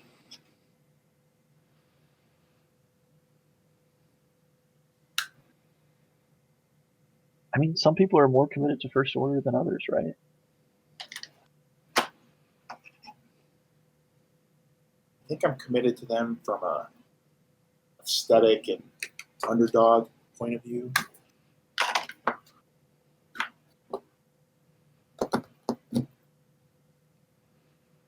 Apostasis postulating in chat that with the Nantex so cheap, large bases are dead. I'm not gonna argue against that point. Anything that just does a ton of extra damage in bullseye is gonna inherently make large bases more difficult to fly effectively. So it's sad, but probably true. I mean, it's been a swarm world for a little while here now. I would like to see this Nantex swarm. They go up against this Goji swarm I flew against. That was rough. Five Y-wings with bombs. Yep. Did someone unironically fly Goji? Like, it was good? Yeah, so I was playing a team match that I was part of, and yeah, you just line up the 5, K turn first turn, drop bombs next one, and then dare the other team to come in across that picket line. All with ion cannons too, so that's great. All right, so how's anybody going to be relevant this turn? Does Elo Talonroll? Do you run? I feel like you're definitely going to see the Nian Talonroll here. That stays relevant. Greer, you kind of have no option. Palob's in a tough spot. Now he's spent the charge on LO. Han's kind of all jammed up by Rose. And Saj is jammed up by Han. Rose moving out just a little bit. Yeah, I think Neon Talon rolling before Han gets to move is pretty money on that Talon round. Well, taking the coordinate. Let's get Saj over to Yin. Nope. Oh, okay. Oh, Hello's doing a Talon roll. Here comes the Talon roll. Ooh, fancy. Double Talons. Now, what we could see here is since Rose has stressed herself, if Han does happen to get a shot on her, that's going to be an extra die. Yeah, Aaron's got to be banking on the block there. Otherwise, you're taking a lot of damage. Oh man, Palob tempting that Rose shot.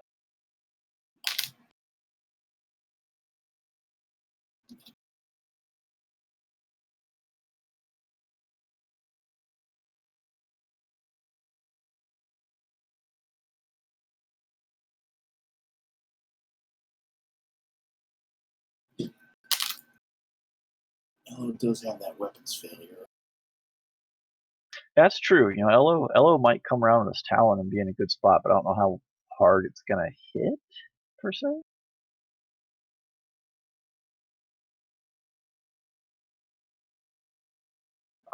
Would probably have to do a boost to try and get into range 1 just to stay relevant. Dice. Yeah, but then you're just relying on heroic as your only mod.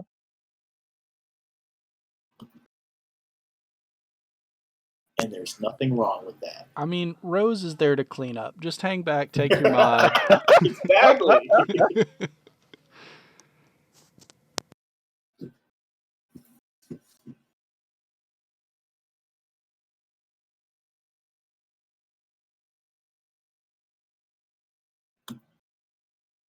Got a prediction for a 2 hard left out of Greer coming up here, and I do like that.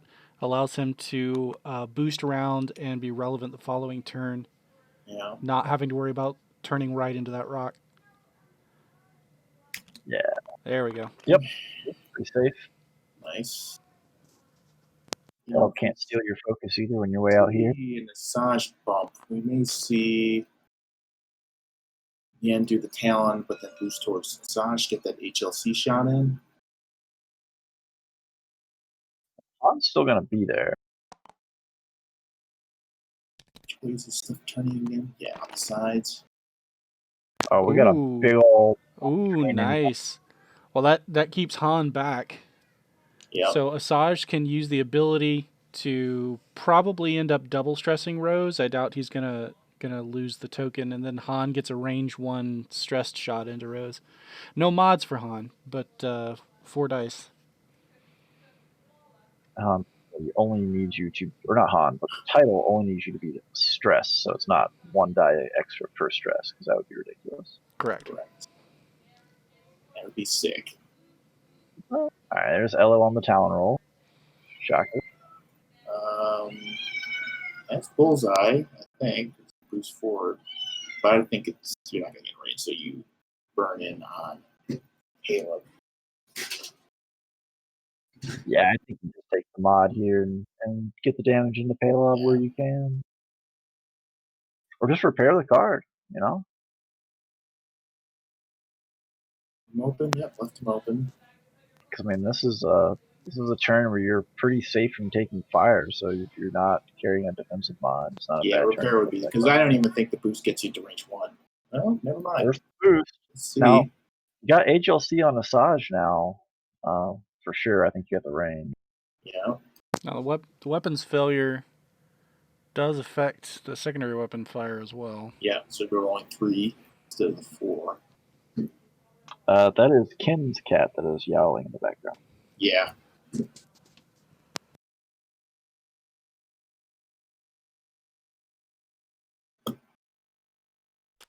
Everyone's crazy for food in this household. I am also partial to food. Can't blame them. Yeah, that's got to be the Neon trigger, range 1. Yep. Do all the things. Okay. So with that trigger, you pattern analyzer because pattern analyzer just says you just get an action, and double actions here. Yep. Looking for the obstructed kill on Massage.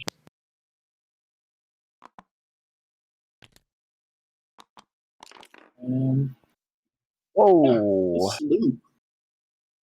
Got the contraband spin on the 3 sloop here.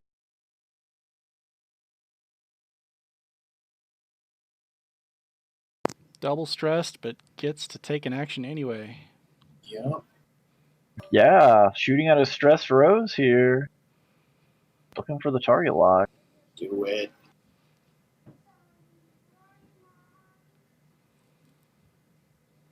And it's so sad, and this is the brilliance of taking a pod, either Rose or a tricked out Finn. Drew is putting so much effort into taking down this little ship that is only worth 32 points. It's frustrating, isn't it? Maddening.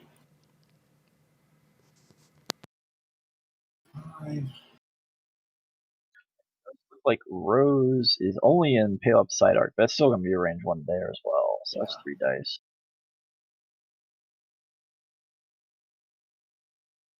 So Asajj still has 5 hull left. Yeah, Asajj is gonna face 2 shots here, but looks like we'll have some pretty decent green dice to go against those shots. Yeah. Well, actually, that's it. Neon's got bullseye on Asajj too, right? That's double HLC. Double HLCs, yeah.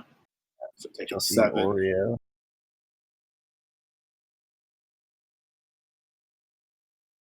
7 versus Asajj's 5. And Asajj does have full force. Just checking the cards over here.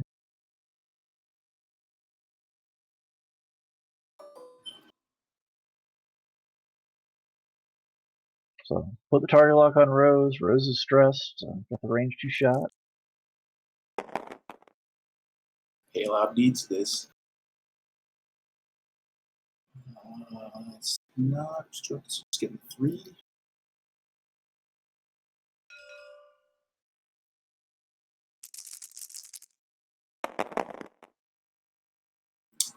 For hit focus. Perfectly average.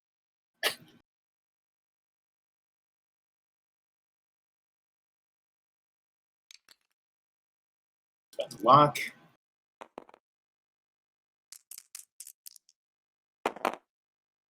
And turns it into a hit focus. So, oh, no, focus blank. Oh, that feels so bad. yeah. And Rose just dumps natties out. Casual natty. This is like the worst of the Finn pod right here, basically. Yeah.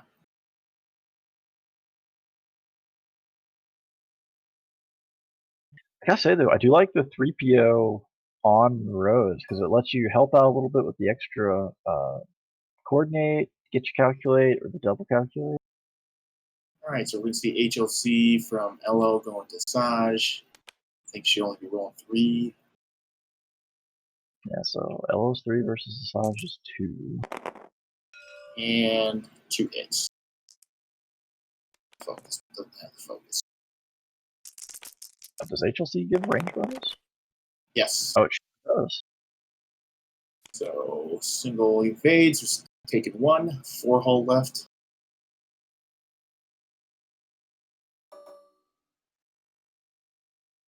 And HLC from in through the obstruction. Range 2. No, range 3. Yeah, range 3 if he's using the HLC. Yeah. So you might get 4 versus 4 here. Sounds like he's thinking about it. Well, I mean, if you take the range 2 unobstructed, you go 3 versus 2. Well, it's obstructed either way, right? Oh, yeah, sorry, 3 versus 3. So it's 3 versus 3 or 4 versus 4. I mean, you've got the mods. I think it's better odds to push more dice here. Yeah. Yeah, I mean, it's red versus green dice here. Take the higher roll.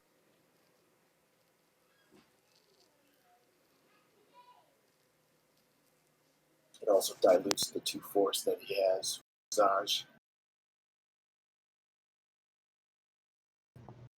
Hello, commentary. Can y'all hear us? We can hear you. So, Okay, just check. Range for heavy laser cannon, which is a bullseye weapon. That range is 3. Range is 3 because you measure along the bullseye. correct. Okay, dope. All right, that'll be all.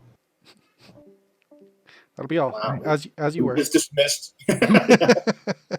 Rare invasion of the commentary chat by the game. I guess we forgot to tell them in the pregame, just to throw Judge up if they needed something. Like, yeah, we're going to go with 4 versus 4. That's the right call. Yeah. So we got 2 hits and a crit and a blank, so I got to imagine that goes to a regular hit, and then we'll spend the target lock on that last one. And roll another blank. So 3 hits. Yeah. I don't know if we've seen, other than Rose, I don't know if we've seen anybody else reroll a die for a good result. Rose MVP. Seriously. All right. So, oof. 1 evade, 3 blanks. That feels pretty bad. Not dead yet, but basically blow on Asajj at this point. She'll fall over. Yeah, I mean Which is what Rose is gonna do. Actually, from that's a pretty good example of why you roll the 4 versus 4 there, because the green dice can fail so easily.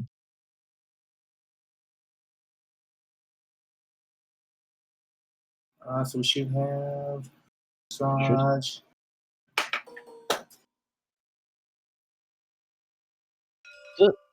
Can't do anything because you're bumped, right? Yeah.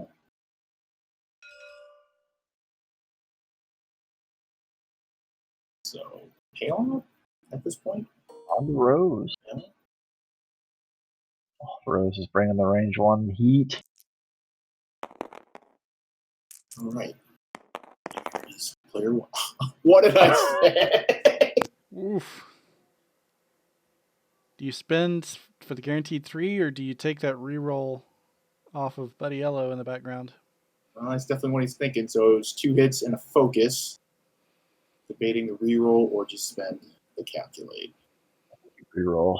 Yeah, you're not gonna kill on just 3 hits here. So if you did, you still face simultaneous. There's the reroll for blank. So 2 hits. Still the right call. 2 for blank focus. I imagine you'll spend 1 to take 1. Be the turn here, you have to spend to focus on defense, and if Palop has to spend on offense, then suddenly the well starts to run dry. And the return shot. Question is, well, it's got to be the turret. Should be range 1. Still 3 dice, but 2 hits.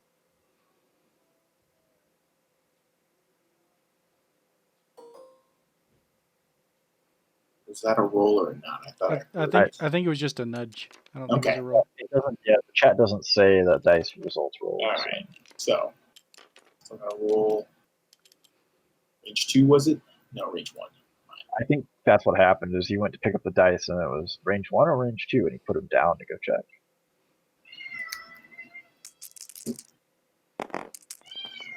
2 hits.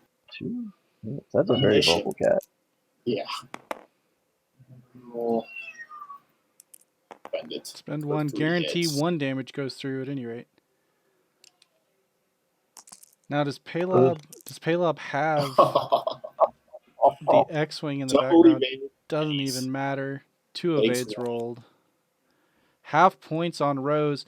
You have spent 7 turns trying to get points on Rose, and you've got 16 points. Sweet. He did get 20-something points off of Ella, right? Or 30 points off Ella on the half? Yeah, 31. So it's actually, like, points-wise, Drew is 6 points ahead, 47 to 41. Okay. But he's 1 away from giving up half on Paylob, 2 away from losing Asajj altogether. I'd say Drew's still pretty behind the 8 ball here. Very narrow point lead, quote unquote. You got a double stress Han next turn. I mean, Han's been just dying for mods all game, basically. Yeah, it's been pretty starved for him. You gotta imagine Yen is going to do 2-bank and boost both MS foils just to deny that trick shot Han. Nah, man, just charge over that debris. You're kneeling up, Take pick it. up the stress, nobody cares. As long as you have an enemy in range 1, you just get rid of it. Is he full shield still? Yep, sure is. Yeah.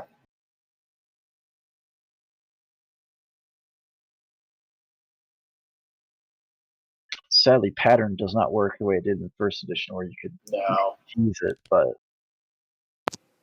Hello Mech just joining the chat, asking how much time is left. We're actually playing on a round counter. You can see in the bottom right corner of the screen, we are in the planning phase for round 8 of 12. So if the players are really mean to us, we could be here for another couple of hours. How many sandwiches is Dutch up to at this point? Oh, probably a dozen. Rum boy. Yeah, Mitch is saying he's not sure who he wants to win the game, as he's potentially going to have to face them at some point later in the cut. Humble brag. Right? Yeah, I didn't look at the bracket before this, but he's somewhere down the bracket. After he beats Charlie, he says, with utter confidence. I mean, Charlie's got to play Connor in a play-in as well.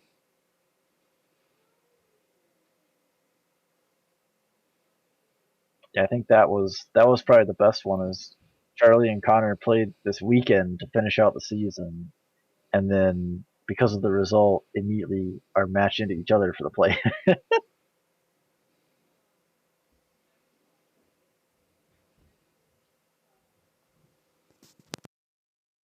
Yeah, it'll be interesting to see how the timer does on Saturday for games, and maybe we might look at a modification to the duration of the games. Yeah, I was like I said before, over this weekend playing in Corellia, I was really impressed with how briskly it was possible to play on TTS. Yeah, maybe the only falling down is because of it's a league and it's kind of incumbent on the players to police themselves for the most part, and you can't really call a judge easily, especially not for a time dispute. That might be an issue. But I mean, it's also not a premier level competition, so true. I mean, I know Joel, you and I have both made judge calls. At least I know from my personal experience, I've made judge calls from my phone while, like out and about. So are you guys going to double down and enter another Galaxies to try and get that invite? I don't know. It's a mixed bag, right? Because there were some really great things about it, but at the same time, it's not the same experience as going to a big tournament because you're not traveling and being there with friends. That the whole traveling with friends experience, wrapping up a day of disappointment or success with going out to eat or for a drink afterwards. So those things are missing. And so it's just not the same experience. Well, you ruined it. Going out to eat or drink? No. Going out to Buffalo Wild Wings. B-dub. That reminds me, because now we have the final official word from FFGOP that Worlds is canceled. I need to turn off the flight notifier for flights to Minnesota. Sadness. Sadly expected. So Rose doing the 1-bank, the terror of this list here, and then just looks like coordinated the damage card for weapons failure. Flipped it over? Yeah. And because 3PO gets calculated in the process. I really like that interaction, honestly. Yeah.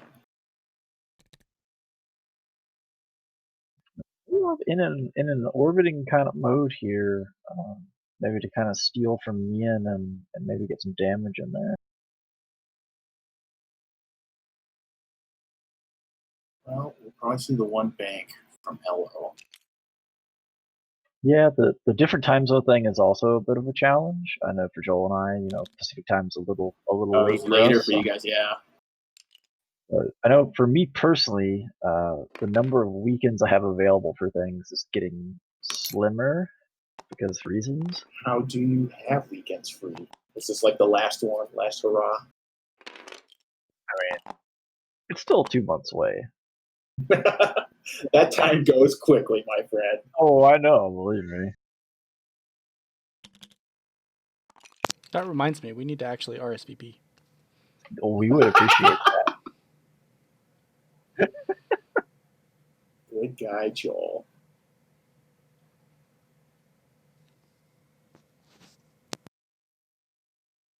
So do we see Nian just barrel right through the debris here and take what he can get, which looks like Paylob?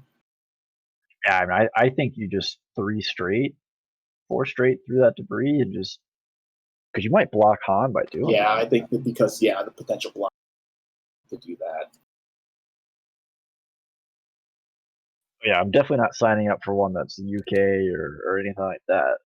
That time zone is right out. Oh, the So that's the coward, one bank. coward Nia Num play here.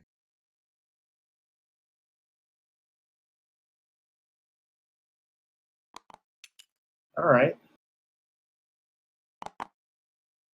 Takes the target lock. Doesn't even get the bullseye on his side. I'm disappointed. Wow.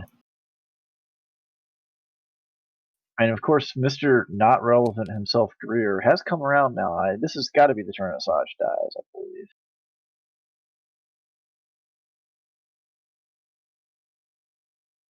Yeah, potentially before she fires. Yeah, I mean, you've got 2 I5s. I'm pretty sure Elo's got the shot here as well. Could possibly ice Paylob too before Paylob fires. Depending what Han does. Right, Elo moves the lock over to Asajj. Paylob doing what Paylob does. Just changing the action that the opponent takes. Yeah, no defensive focus. So that should be range 2 to mid. So it's only going to be a 3-on-3 shot. Gotta be obstructed. Oh, that's trap. obstruct, yeah. 4 die. No mods. The story of Han this game, but Yeah, 4 dice, 4v3. Yeah, I'd take that. I mean, you can't rotate your arc. You don't have a. I mean, I guess you've got. Rose is stressed too, though. Man, Paylob is hating FFGs, not just saying green token right now. We could potentially see Elo pick up a stress here with the 000. More likely, he's just going to be handing over the calculate. Calculate, yeah. Yeah, I mean, Asajj is only rolling 2 greens. And she's already got 2 force and a focus. One more focus mod isn't really going to matter. Yep. Yeah. So, making Elo make the choice. You take a stress on Elo, and then Han could potentially kill it before. Yeah, making the correct choice and giving the calculate to Asajj. Asajj is facing a minimum of 3 shots, or a maximum of 3 shots here. That shouldn't matter either way. It should kill her.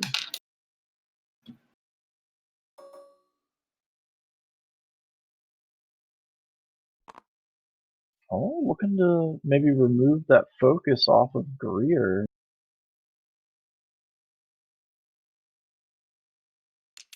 Greer taking the double stress. Like, no, I want it. All right, so Han. Yep, range 2 through rock. Everybody's range 2. But you get 2 extra greens into Neon, or 2 extra reds into Neon, and 1 extra red into Rose. Man, do you commit another roll into Rose at this point? You got your 16 points. Just walk away. Walk away, man.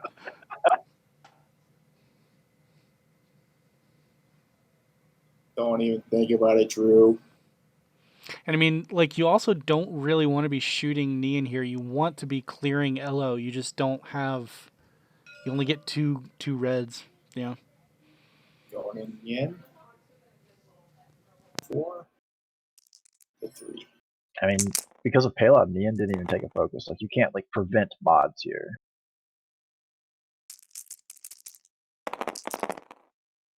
Oh. Hit and 3 focus, of which he has none. And yet will natty out.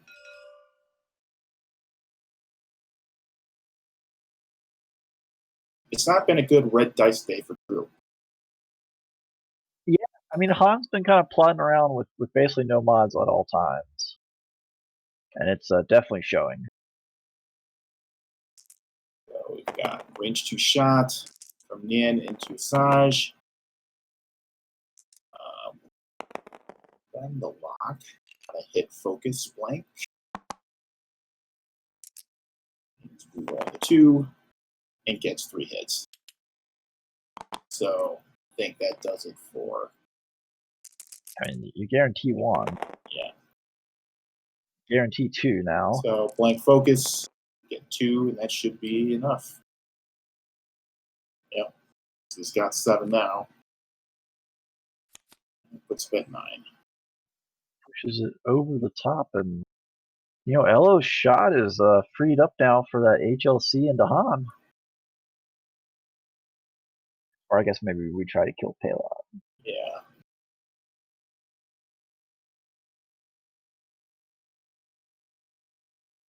So keeping it on the board. And then he's got the choice, yeah.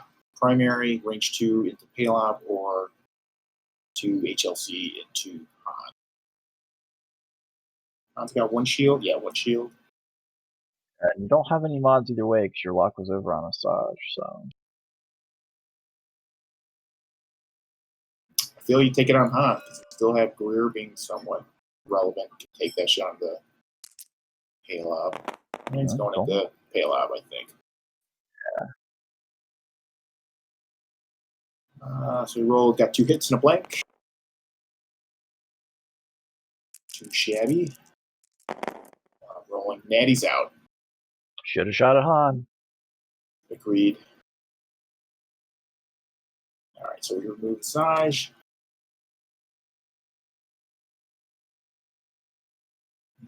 It will be clear.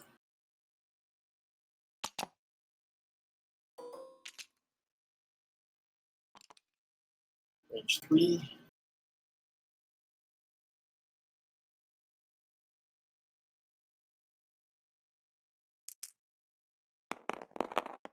Dice and hit focus, and we'll spend the focus for hits. RZ2 is so efficient. Rolling 3. All focuses. Gotta have 1 left. Yeah. Yeah.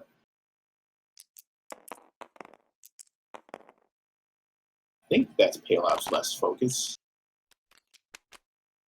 Means. Yeah, Paylob's been struggling to refill that well. Yeah, it's gonna have an unmodded shot into someone. Chase those 16 points with Rose. Rose.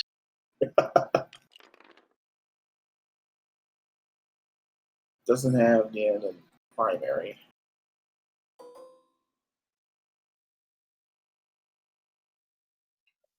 All around out there. I think you just take the range 2 into the wounded X-Wing. Yeah, Elo here. Because then potentially Han could just kill Elo before Elo gets to shoot. I mean, I think Elo just blocks Han. I don't know how fast Han can go, but Going after Elo. 2, roll 2, or hit focus, which is tapped out. 1 hit, and he got the evade. woof. Yeah, Drew's reds just aren't pushing through very much.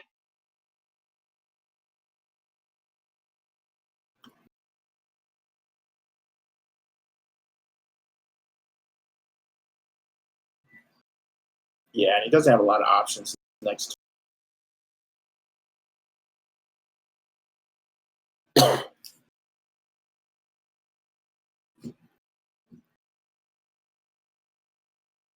Because Palop is pretty much blocked up.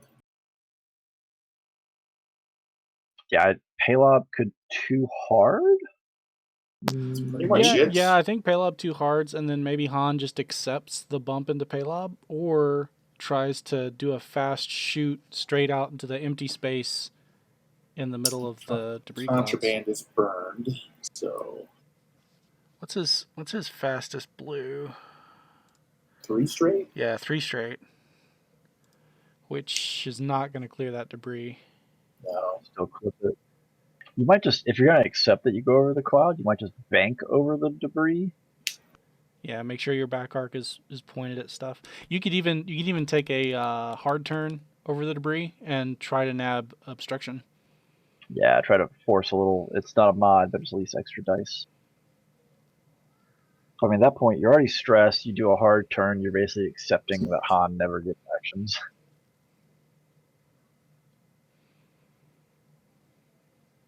And we are, I think, headed for round 9 here. Yeah, it should be 9. 9.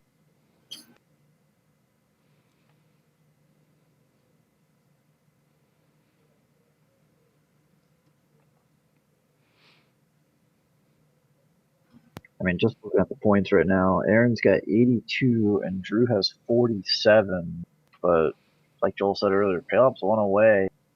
And Han, yeah, he's got some HP, but also that 1 green and no mods means that I can just melt real quick. Yeah. I mean, a full health Yen, full health Glitter, those 2 alone could just burn Han down. Everything else is gravy. Now Han would be really happy if he could somehow manage a modded range 1 shot on Greer this next turn. Boy, That's a big asking ask. a lot there. I just don't know that there's any way. Big ask. Joel, do you want to let him know it's around 9? We'll come over here and do a little tap dance around the. Control. There we go. Okay. Doing his best Davi impression. Hey, listen. Hey, listen.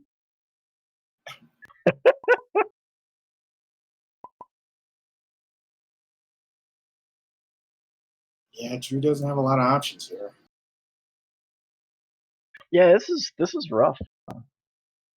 It feels like every turn. It might just be the fact that it's 2 large bases, but it feels like every turn he's kind of had one ship tripping up another ship, and that just completely ignores the fact that Rose has been underfoot all game. I was going to say, if Rose survives this game, I feel that's max disrespect. It's just like, ugh. I think we should start calling the pods instead of calling them couch. Maybe they're just cockroaches. Yeah. Survive everything thrown at them, and then you feel bad because once you finally manage it, you don't really get anything. I mean, don't get me wrong. I chased my fair share of Finn pods. And they're real cheap, you know? Yeah. Feels terrible.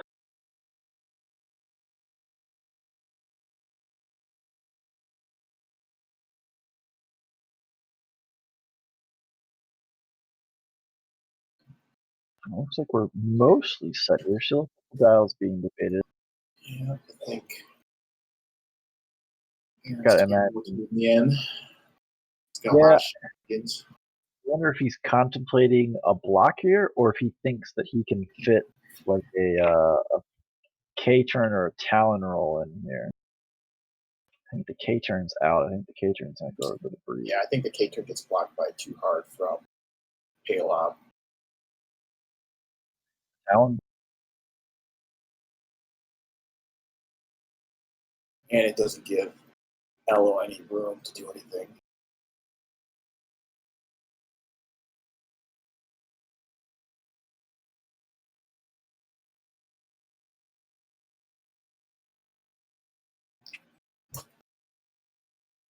All right, looks like we're set. Rose first. What you can do, Rose?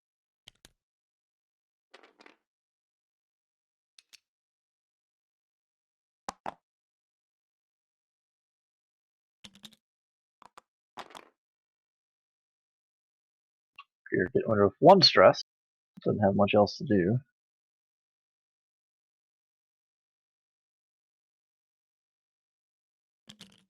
Yep, too hard from Palob. And actually, I think that Talon would fit. Yeah, I think that too hard put Palob a lot further forward than I thought it was going to. Yeah. What's going on here? Pressing the wrong button.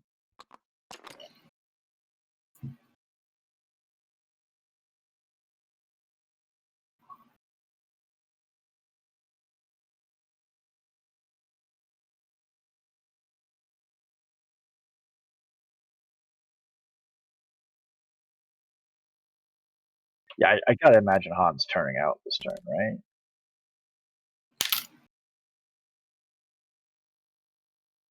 Oh, that's an interesting turn.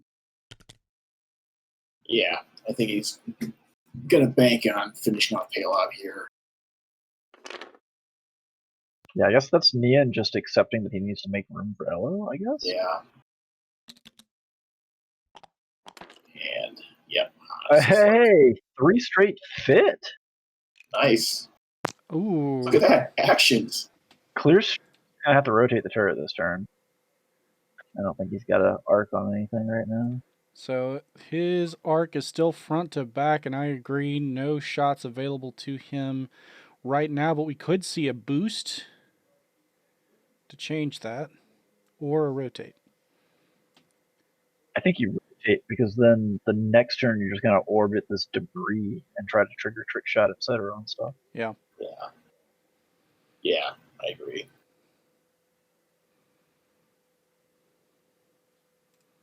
Man, I was all in there with Joel on the 3 straight not clearing the debris. I was Same here. I thought the back end would clip. Of course, again, we're back to the same situation where next turn, again, provided Palop's alive, Palop's just Han's in the way.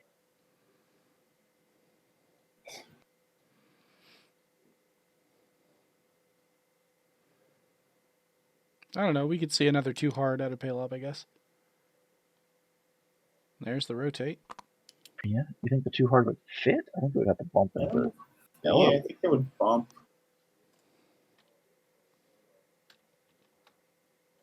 All right, so I gotta imagine he's gonna shoot. Don't shoot Rose. Don't shoot Rose. it's stressed and obstructed. It's 5 dice, guys. There's no mod. Rose has literally no mod. This is the turn. Rose her. has double reroll. Don't let Rose lie to you. She has mods. It's out of the attacking arc. Ooh. Yeah, and she's gonna be throwing 3 greens with 3 rerolls. Does she get all 3? Is it up to one of your results for each other friendly? Yeah, so she would have 3 greens and get to reroll all 3 of them. Well, Drew's thinking long and hard.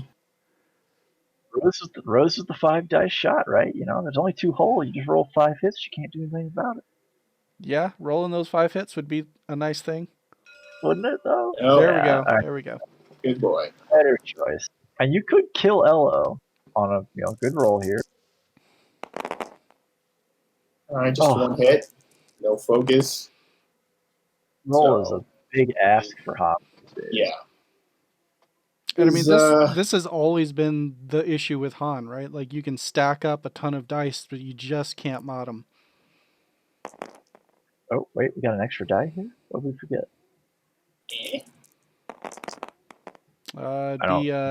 Be an Elo shot, right? Oh, yeah. That's fine. Yeah, that's going to be a dead pin. Probably. No. 2 crits? That's got to be from Elo. Yeah. So hitting 2 crits. Natty side Natties. takes a crit. That's still half on Paylob, though. That's still bleeding point. Fuel leak. I appreciate them putting it on the dice board so we can see it. Yeah, and then you'll get Greer shot in. Range 2. Yeah. They put it on the board, and they forgot about it. Now it's just sitting there forever. There we go. They're on it. Baby.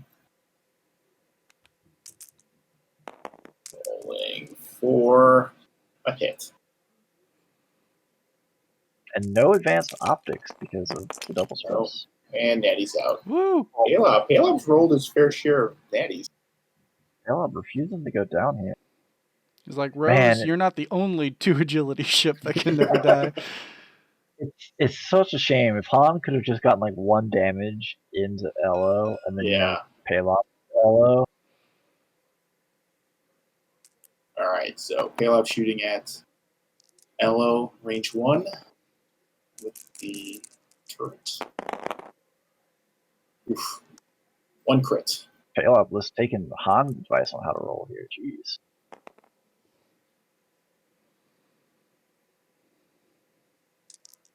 And does have a focus, so hit crit. And That goes in. blank focus, so they both go in. Direct hit does it. Nope. Fuel leak, right? Yeah. Fuel leak. 1 hull left. Drew's still bleeding points here with giving up half on Paylob. And we are headed into round 10.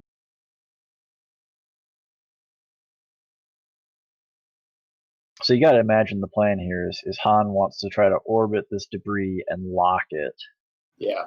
And actually get shenanigans back up. I guess? Or do you go for a mod on somebody?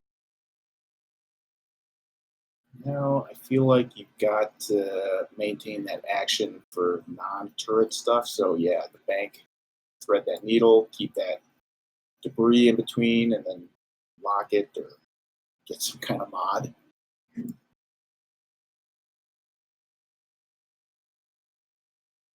Elo's down to 1 hull, so Elo is at risk of dying to most anybody looking at him. Yeah. Imagine Elo's just gonna finally squirt out of here and just exit the fight. Yeah.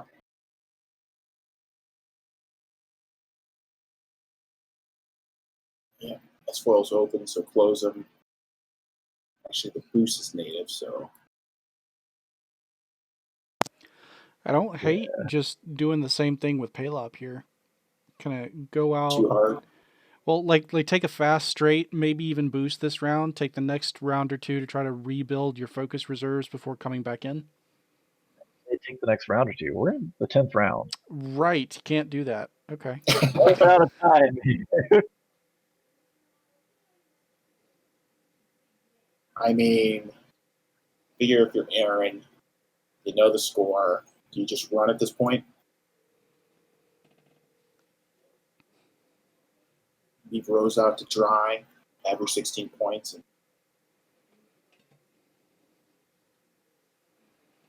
run with the other 3.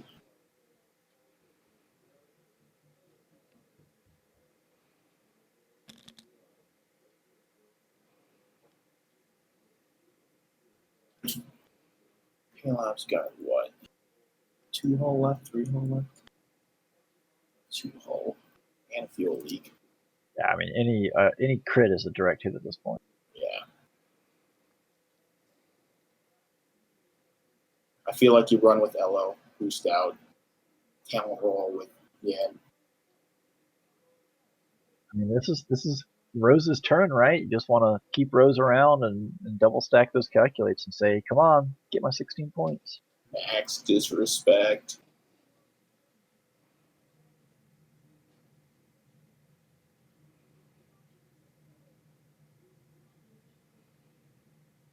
He is thinking about what to do with Rose.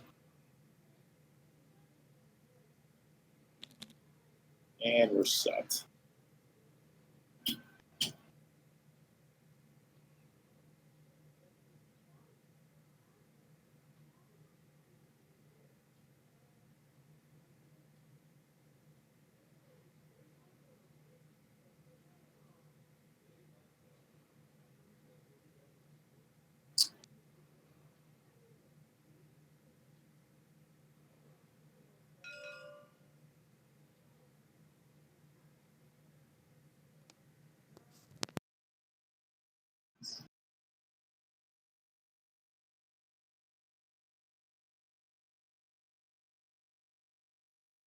All right.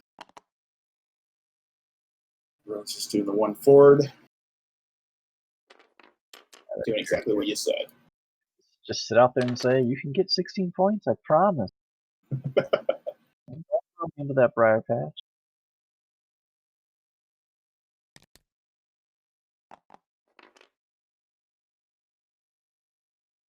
Right, okay, so kind of Bang. split the difference here from what Joel wanted, just to make sure you clear Han. Yeah, you can still pick up a focus and rotate. Yeah.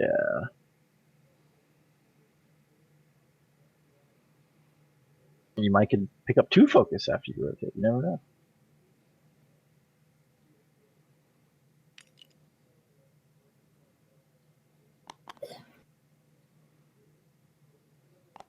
Just out the back.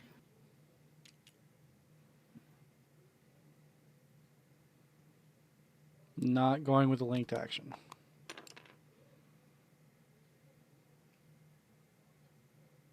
Interesting.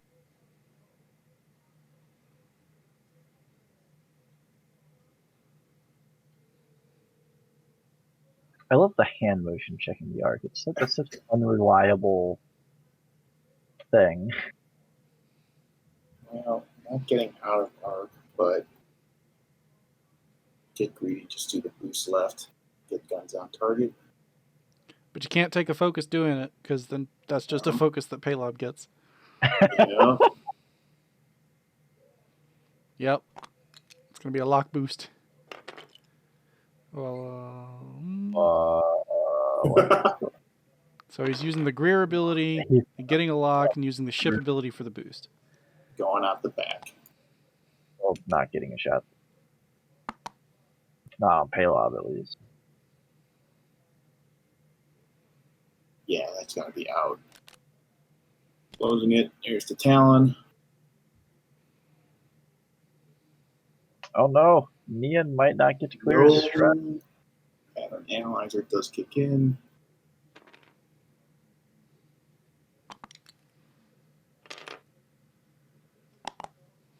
That is salty Celestian when you can't clear his stress.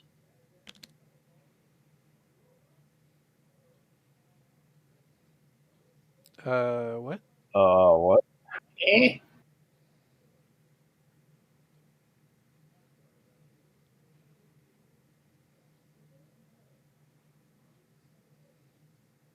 It's going all the way forward.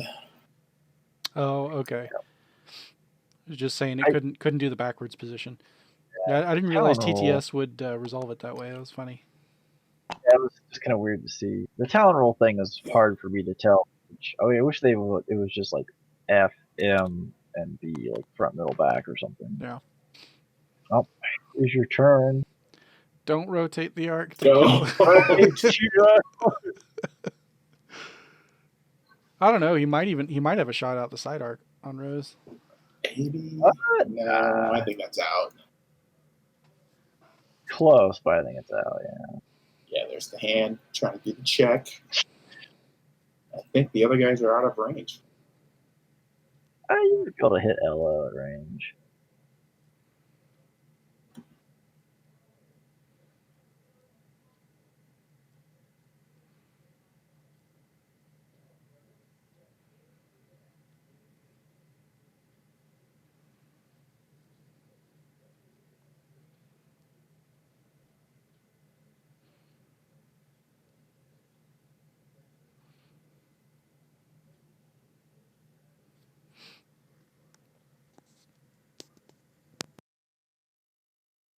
I'm not totally sure what we're looking at here.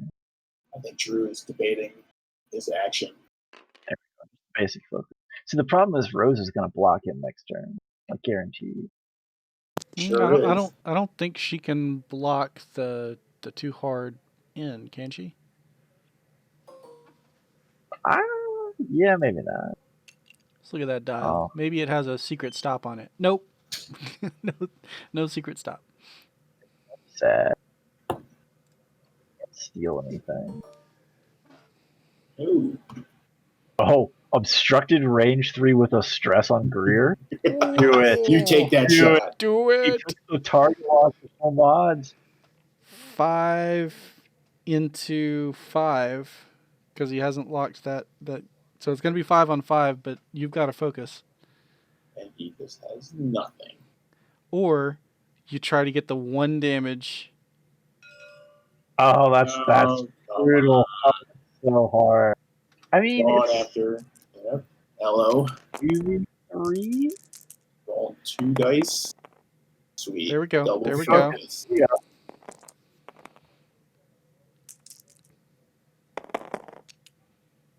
Oh, 2 focus. He's Oh, going and to he spend it to spends. live. Yeah. Should have gone for that 5 dice shot. She gone for Rose.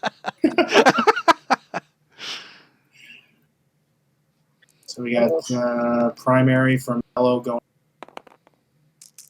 Oh, it's unmodded now. 1. 1 hits. And Natty's out. Quite safe. And Caleb. H3 obstructed. Caleb really wishing that he had that focus right now. For reals.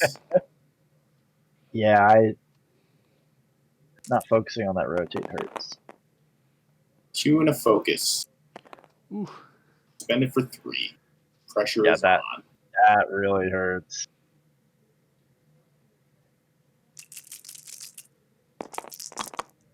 No. Ooh. 2 blanks, 2 focus. If you had that focus, you'd live. Yeah. Oh, It's a big ouch. So now we have Han against the world. Oof. Yeah, Joel, you mentioned it earlier, but this is kind of why we didn't really see much of Han. The single action or no action tends to be too frequent. I mean, even on the points drop, I don't know. What would you do? Maybe move 000 over to Han? I mean, Han likes to be at range and orbit, right? Because he wants the obstruction.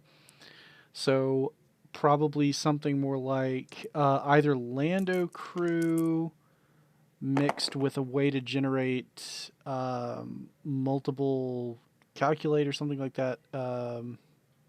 Is there a crew card for that on in Scum? There's IG88. So like maybe IG88 and Lando, where you could generate a reroll off of 1 calculate and still have a calculate left. Maybe put a Maul crew on there. Just anything to pick up extra sources of modification. Yeah, I think Ball Crew is pretty good. I mean, that's a lot of points, but on the other Of course. hand, you go down to I5 and just pick up the Lando pilot, who comes with a built-in reroll on blanks. I don't know what Lando Pilot does. Well, it's the So- same. It's the same as the escape shuttle Lando pilot. You Austerity's sake, Drew did take a range 3 shot, obstructed at Han, and totally whiffed.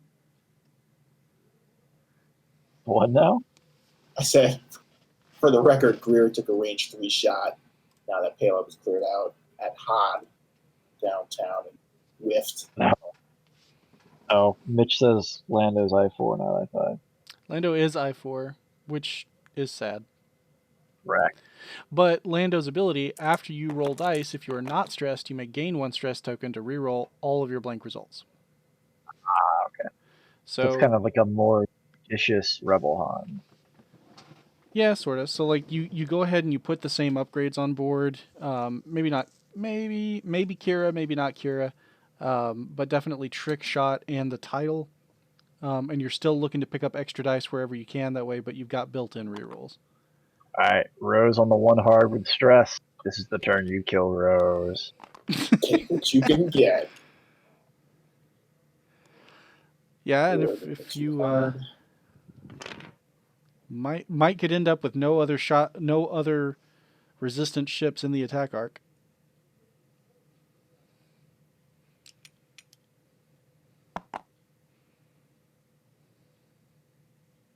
I think Rose going this deep in the game is a win for Aaron. I mean, Rose kind of is the will to win here right now, right? Yeah. Yeah. Lining No up those payload. bullseyes. Line them up. And no payload on the board means it's a focus-free Friday, right?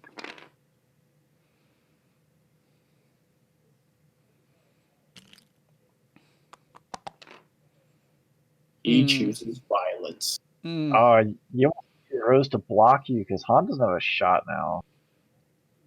Except on Rose. Oh, no, please don't. It's 4 dice. Okay. It's 4 dice. Rose. Just take the target lock and just shoot it. Kill her. He's taking double HLCs, though. I mean, That should be range 2 from LO. not range 2, it's still 4 dice. Right. No, and what I'm saying is so he didn't close off that.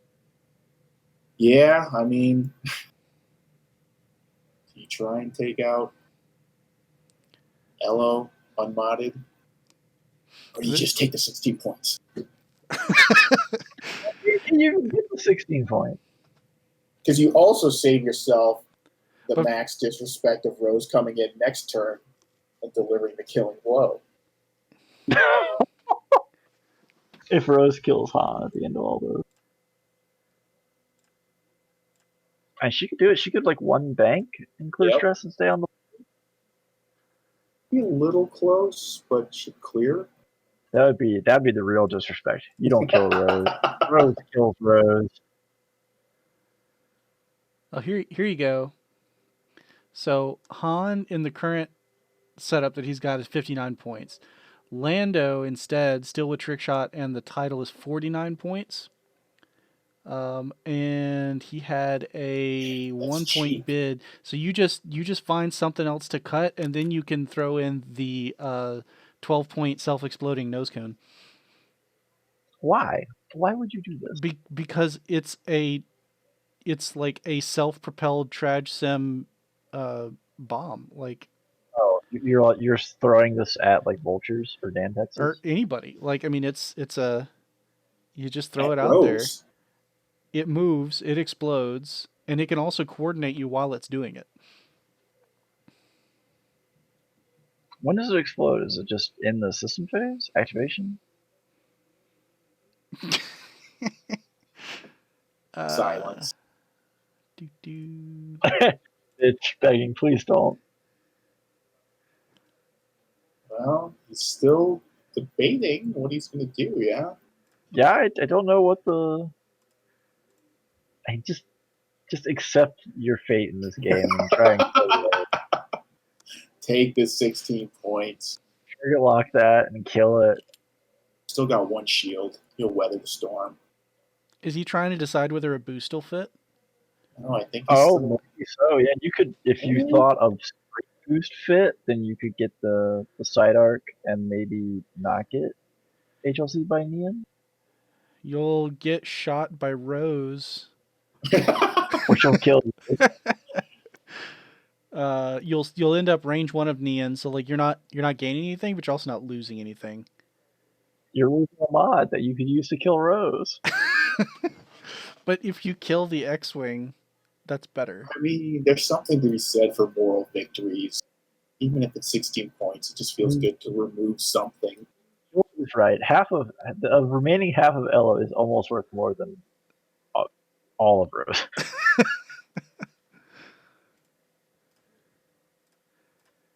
And you should kill Elo and prevent the Oh nope! Here's the focus. All All right, right, commit to the. all right. Oh, here right. we go. 16 points. Do it. Going into Rose. 3 dice. Four dice. Distress. 4 dice. All right. There we 2 go. and a crit. There we go. 2 and a crit. Crit's going in regardless. Double Yeah. flip. Oh, she's got nothing. She can't There's your reroll. 16 points. There's your 16 points. Enjoy it. And the crit was Hulk. Well, it doesn't matter because Rose. All right, now you've got to focus to weather 2 HLCs. Here we go. Ooh, just barely. All right, 4 dice. Spends focus for 3 hits. So take it all. Woo. That's shield. 2 2 hull. cards. 6 hull left. See, well, Rose can't kill you now. That's the big takeaway. That's worth it. That alone is worth it. 2 and a crit with the blank, and he's going to spend the target lock on that blank and a focus. So 3 hits. 3 hits. Yeah, HLC kills the crit. And he gets an evade, so it takes 2 more hull. Should be half. So Han's sitting in the cockpit going, "This is fine. This is fine." I got Rose. She was annoying. So he's sitting in a position where he could potentially initiative kill Elo, but full health Nian is an almost insurmountable problem at this point. And then you just throw Greer on there as well, who's also full health. I kind of forgot about Greer. He's been just kind of plodding along doing his own thing. I think Greer has to do the 1 hard. I think the 2 fits. 2 probably fits, but I mean, that's just showboating at this point. Just 1 hard. Do the 3. I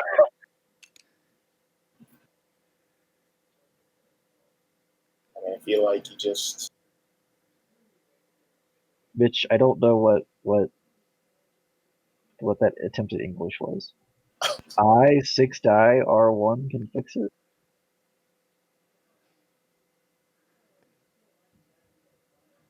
He's saying a 6 die range 1 shot can fix all the problems. What, by not managing to kill Nian in 1 go?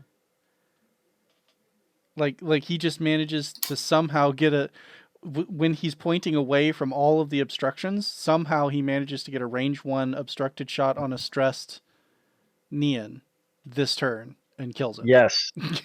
Playing Well. against the guy who can clear stress naturally. He's gonna be stressed. One way or another, this is round 12, last round.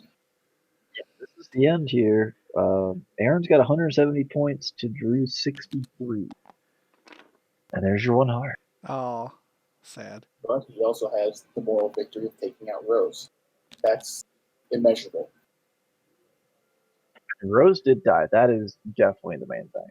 All right, looks like Ella's doing a Talon roll. Like I think that there is a non-zero chance that Drew just took the 3 bank off the board. I mean,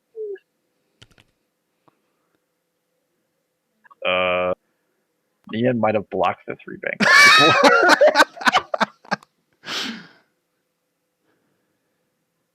All right, what have we got? There's your stress. We just need obstruction.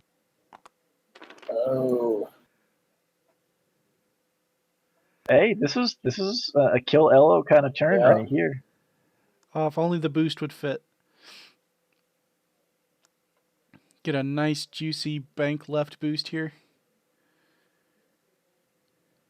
He's looking at it. I don't know if that actually gets you obstruction though. Just take a mod. Take a mod. 3 versus 2. No, you're right. Right, dice. Ella's the one with only 1 hull. Yeah. Don't get fancy. Mod and get double the number of points that you just got last round.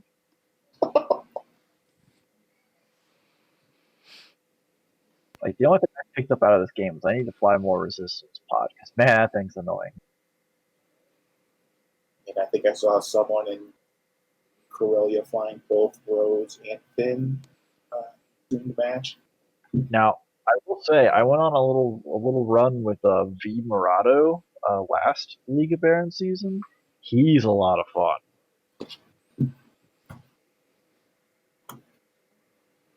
Yeah, Mitch pointing out that points mean nothing.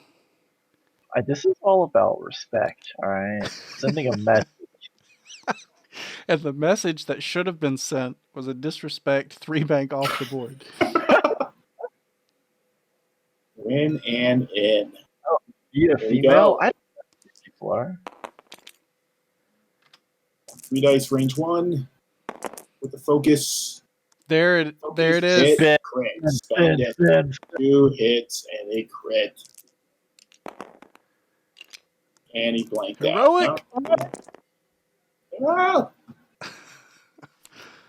Does not matter. Death. Doubled his Rose points.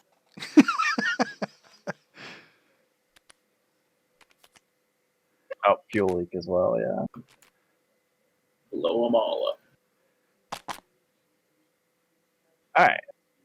So now Greer gets that final shot. Unless Greer rolls 2 crits, I don't think there's any way that this changes the score. 2 crits, direct hit.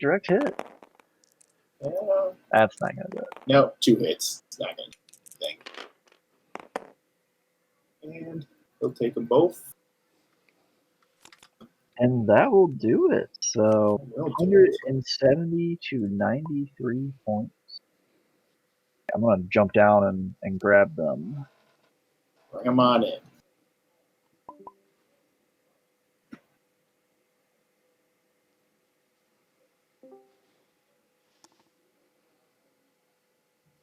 Well, I mean, I would have thought Han would have died first. Hey guys. Hey, Drew. Hello.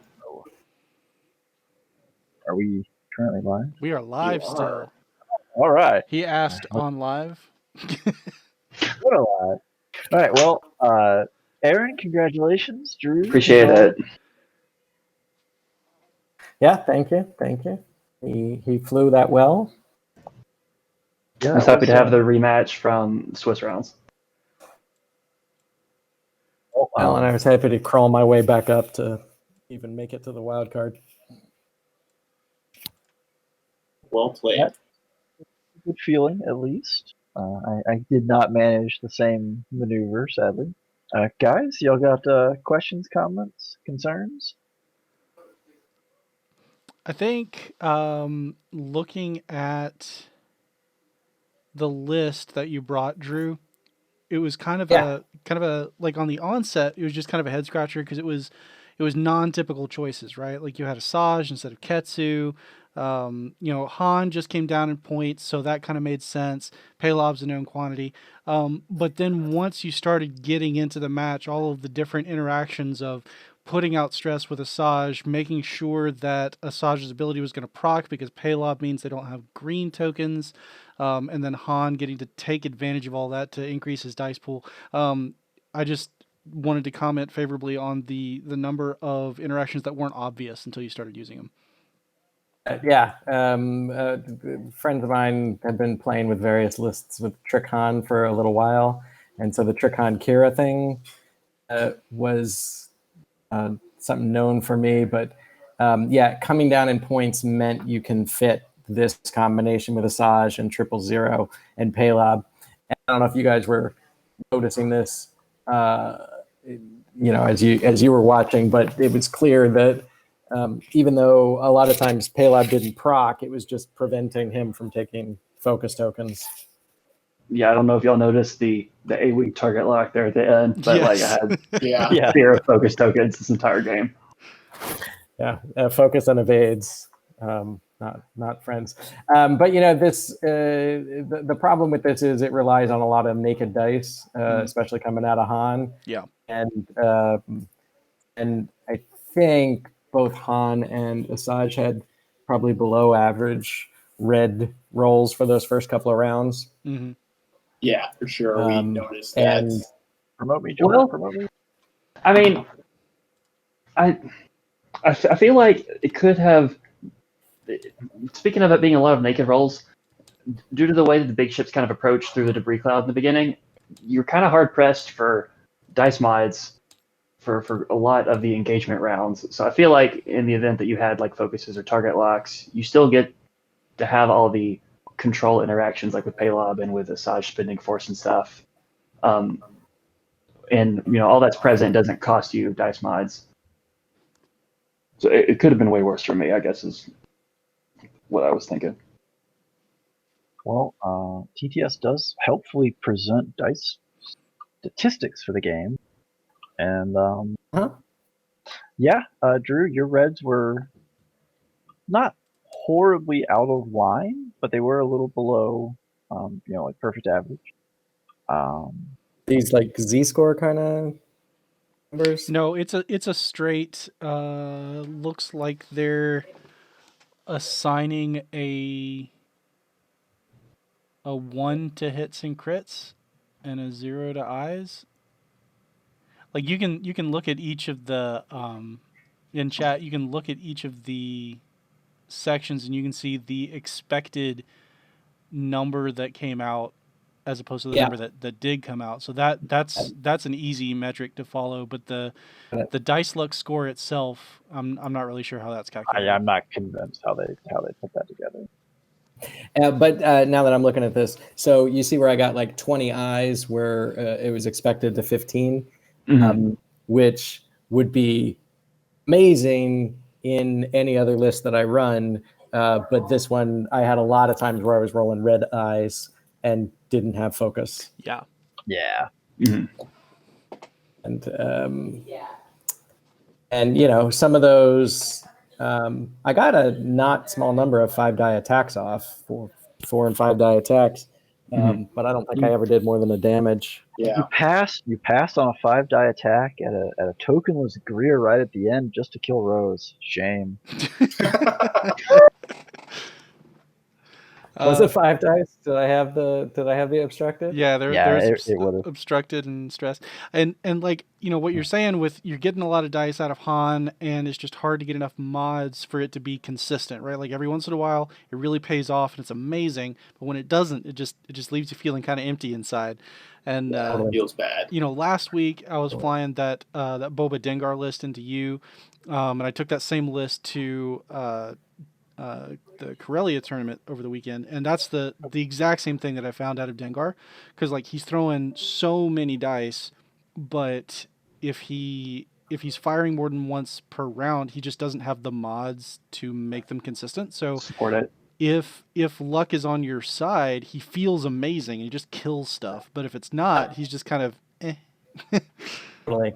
And to be fair, I didn't fly this very well. I pulled the big ships into the rocks at not quite the right angle. I had the right angle that I wanted for Asajj, but Aaron saw it coming and pulled around like in this direction. I don't know if you guys can see the screen. Yeah. Pulled up this way, which is the right move. And I was trying to get Han in to take advantage of that. I don't know what happened here because I did land here. I did have an obstructed shot. I guess I just didn't get much in the way of dice. And then after that, I wasn't able to maneuver my way out without bumping into debris that I wasn't target locking, which meant I didn't get any actions. Yeah. Yeah, I think a lot of really in the way for a lot of the game too.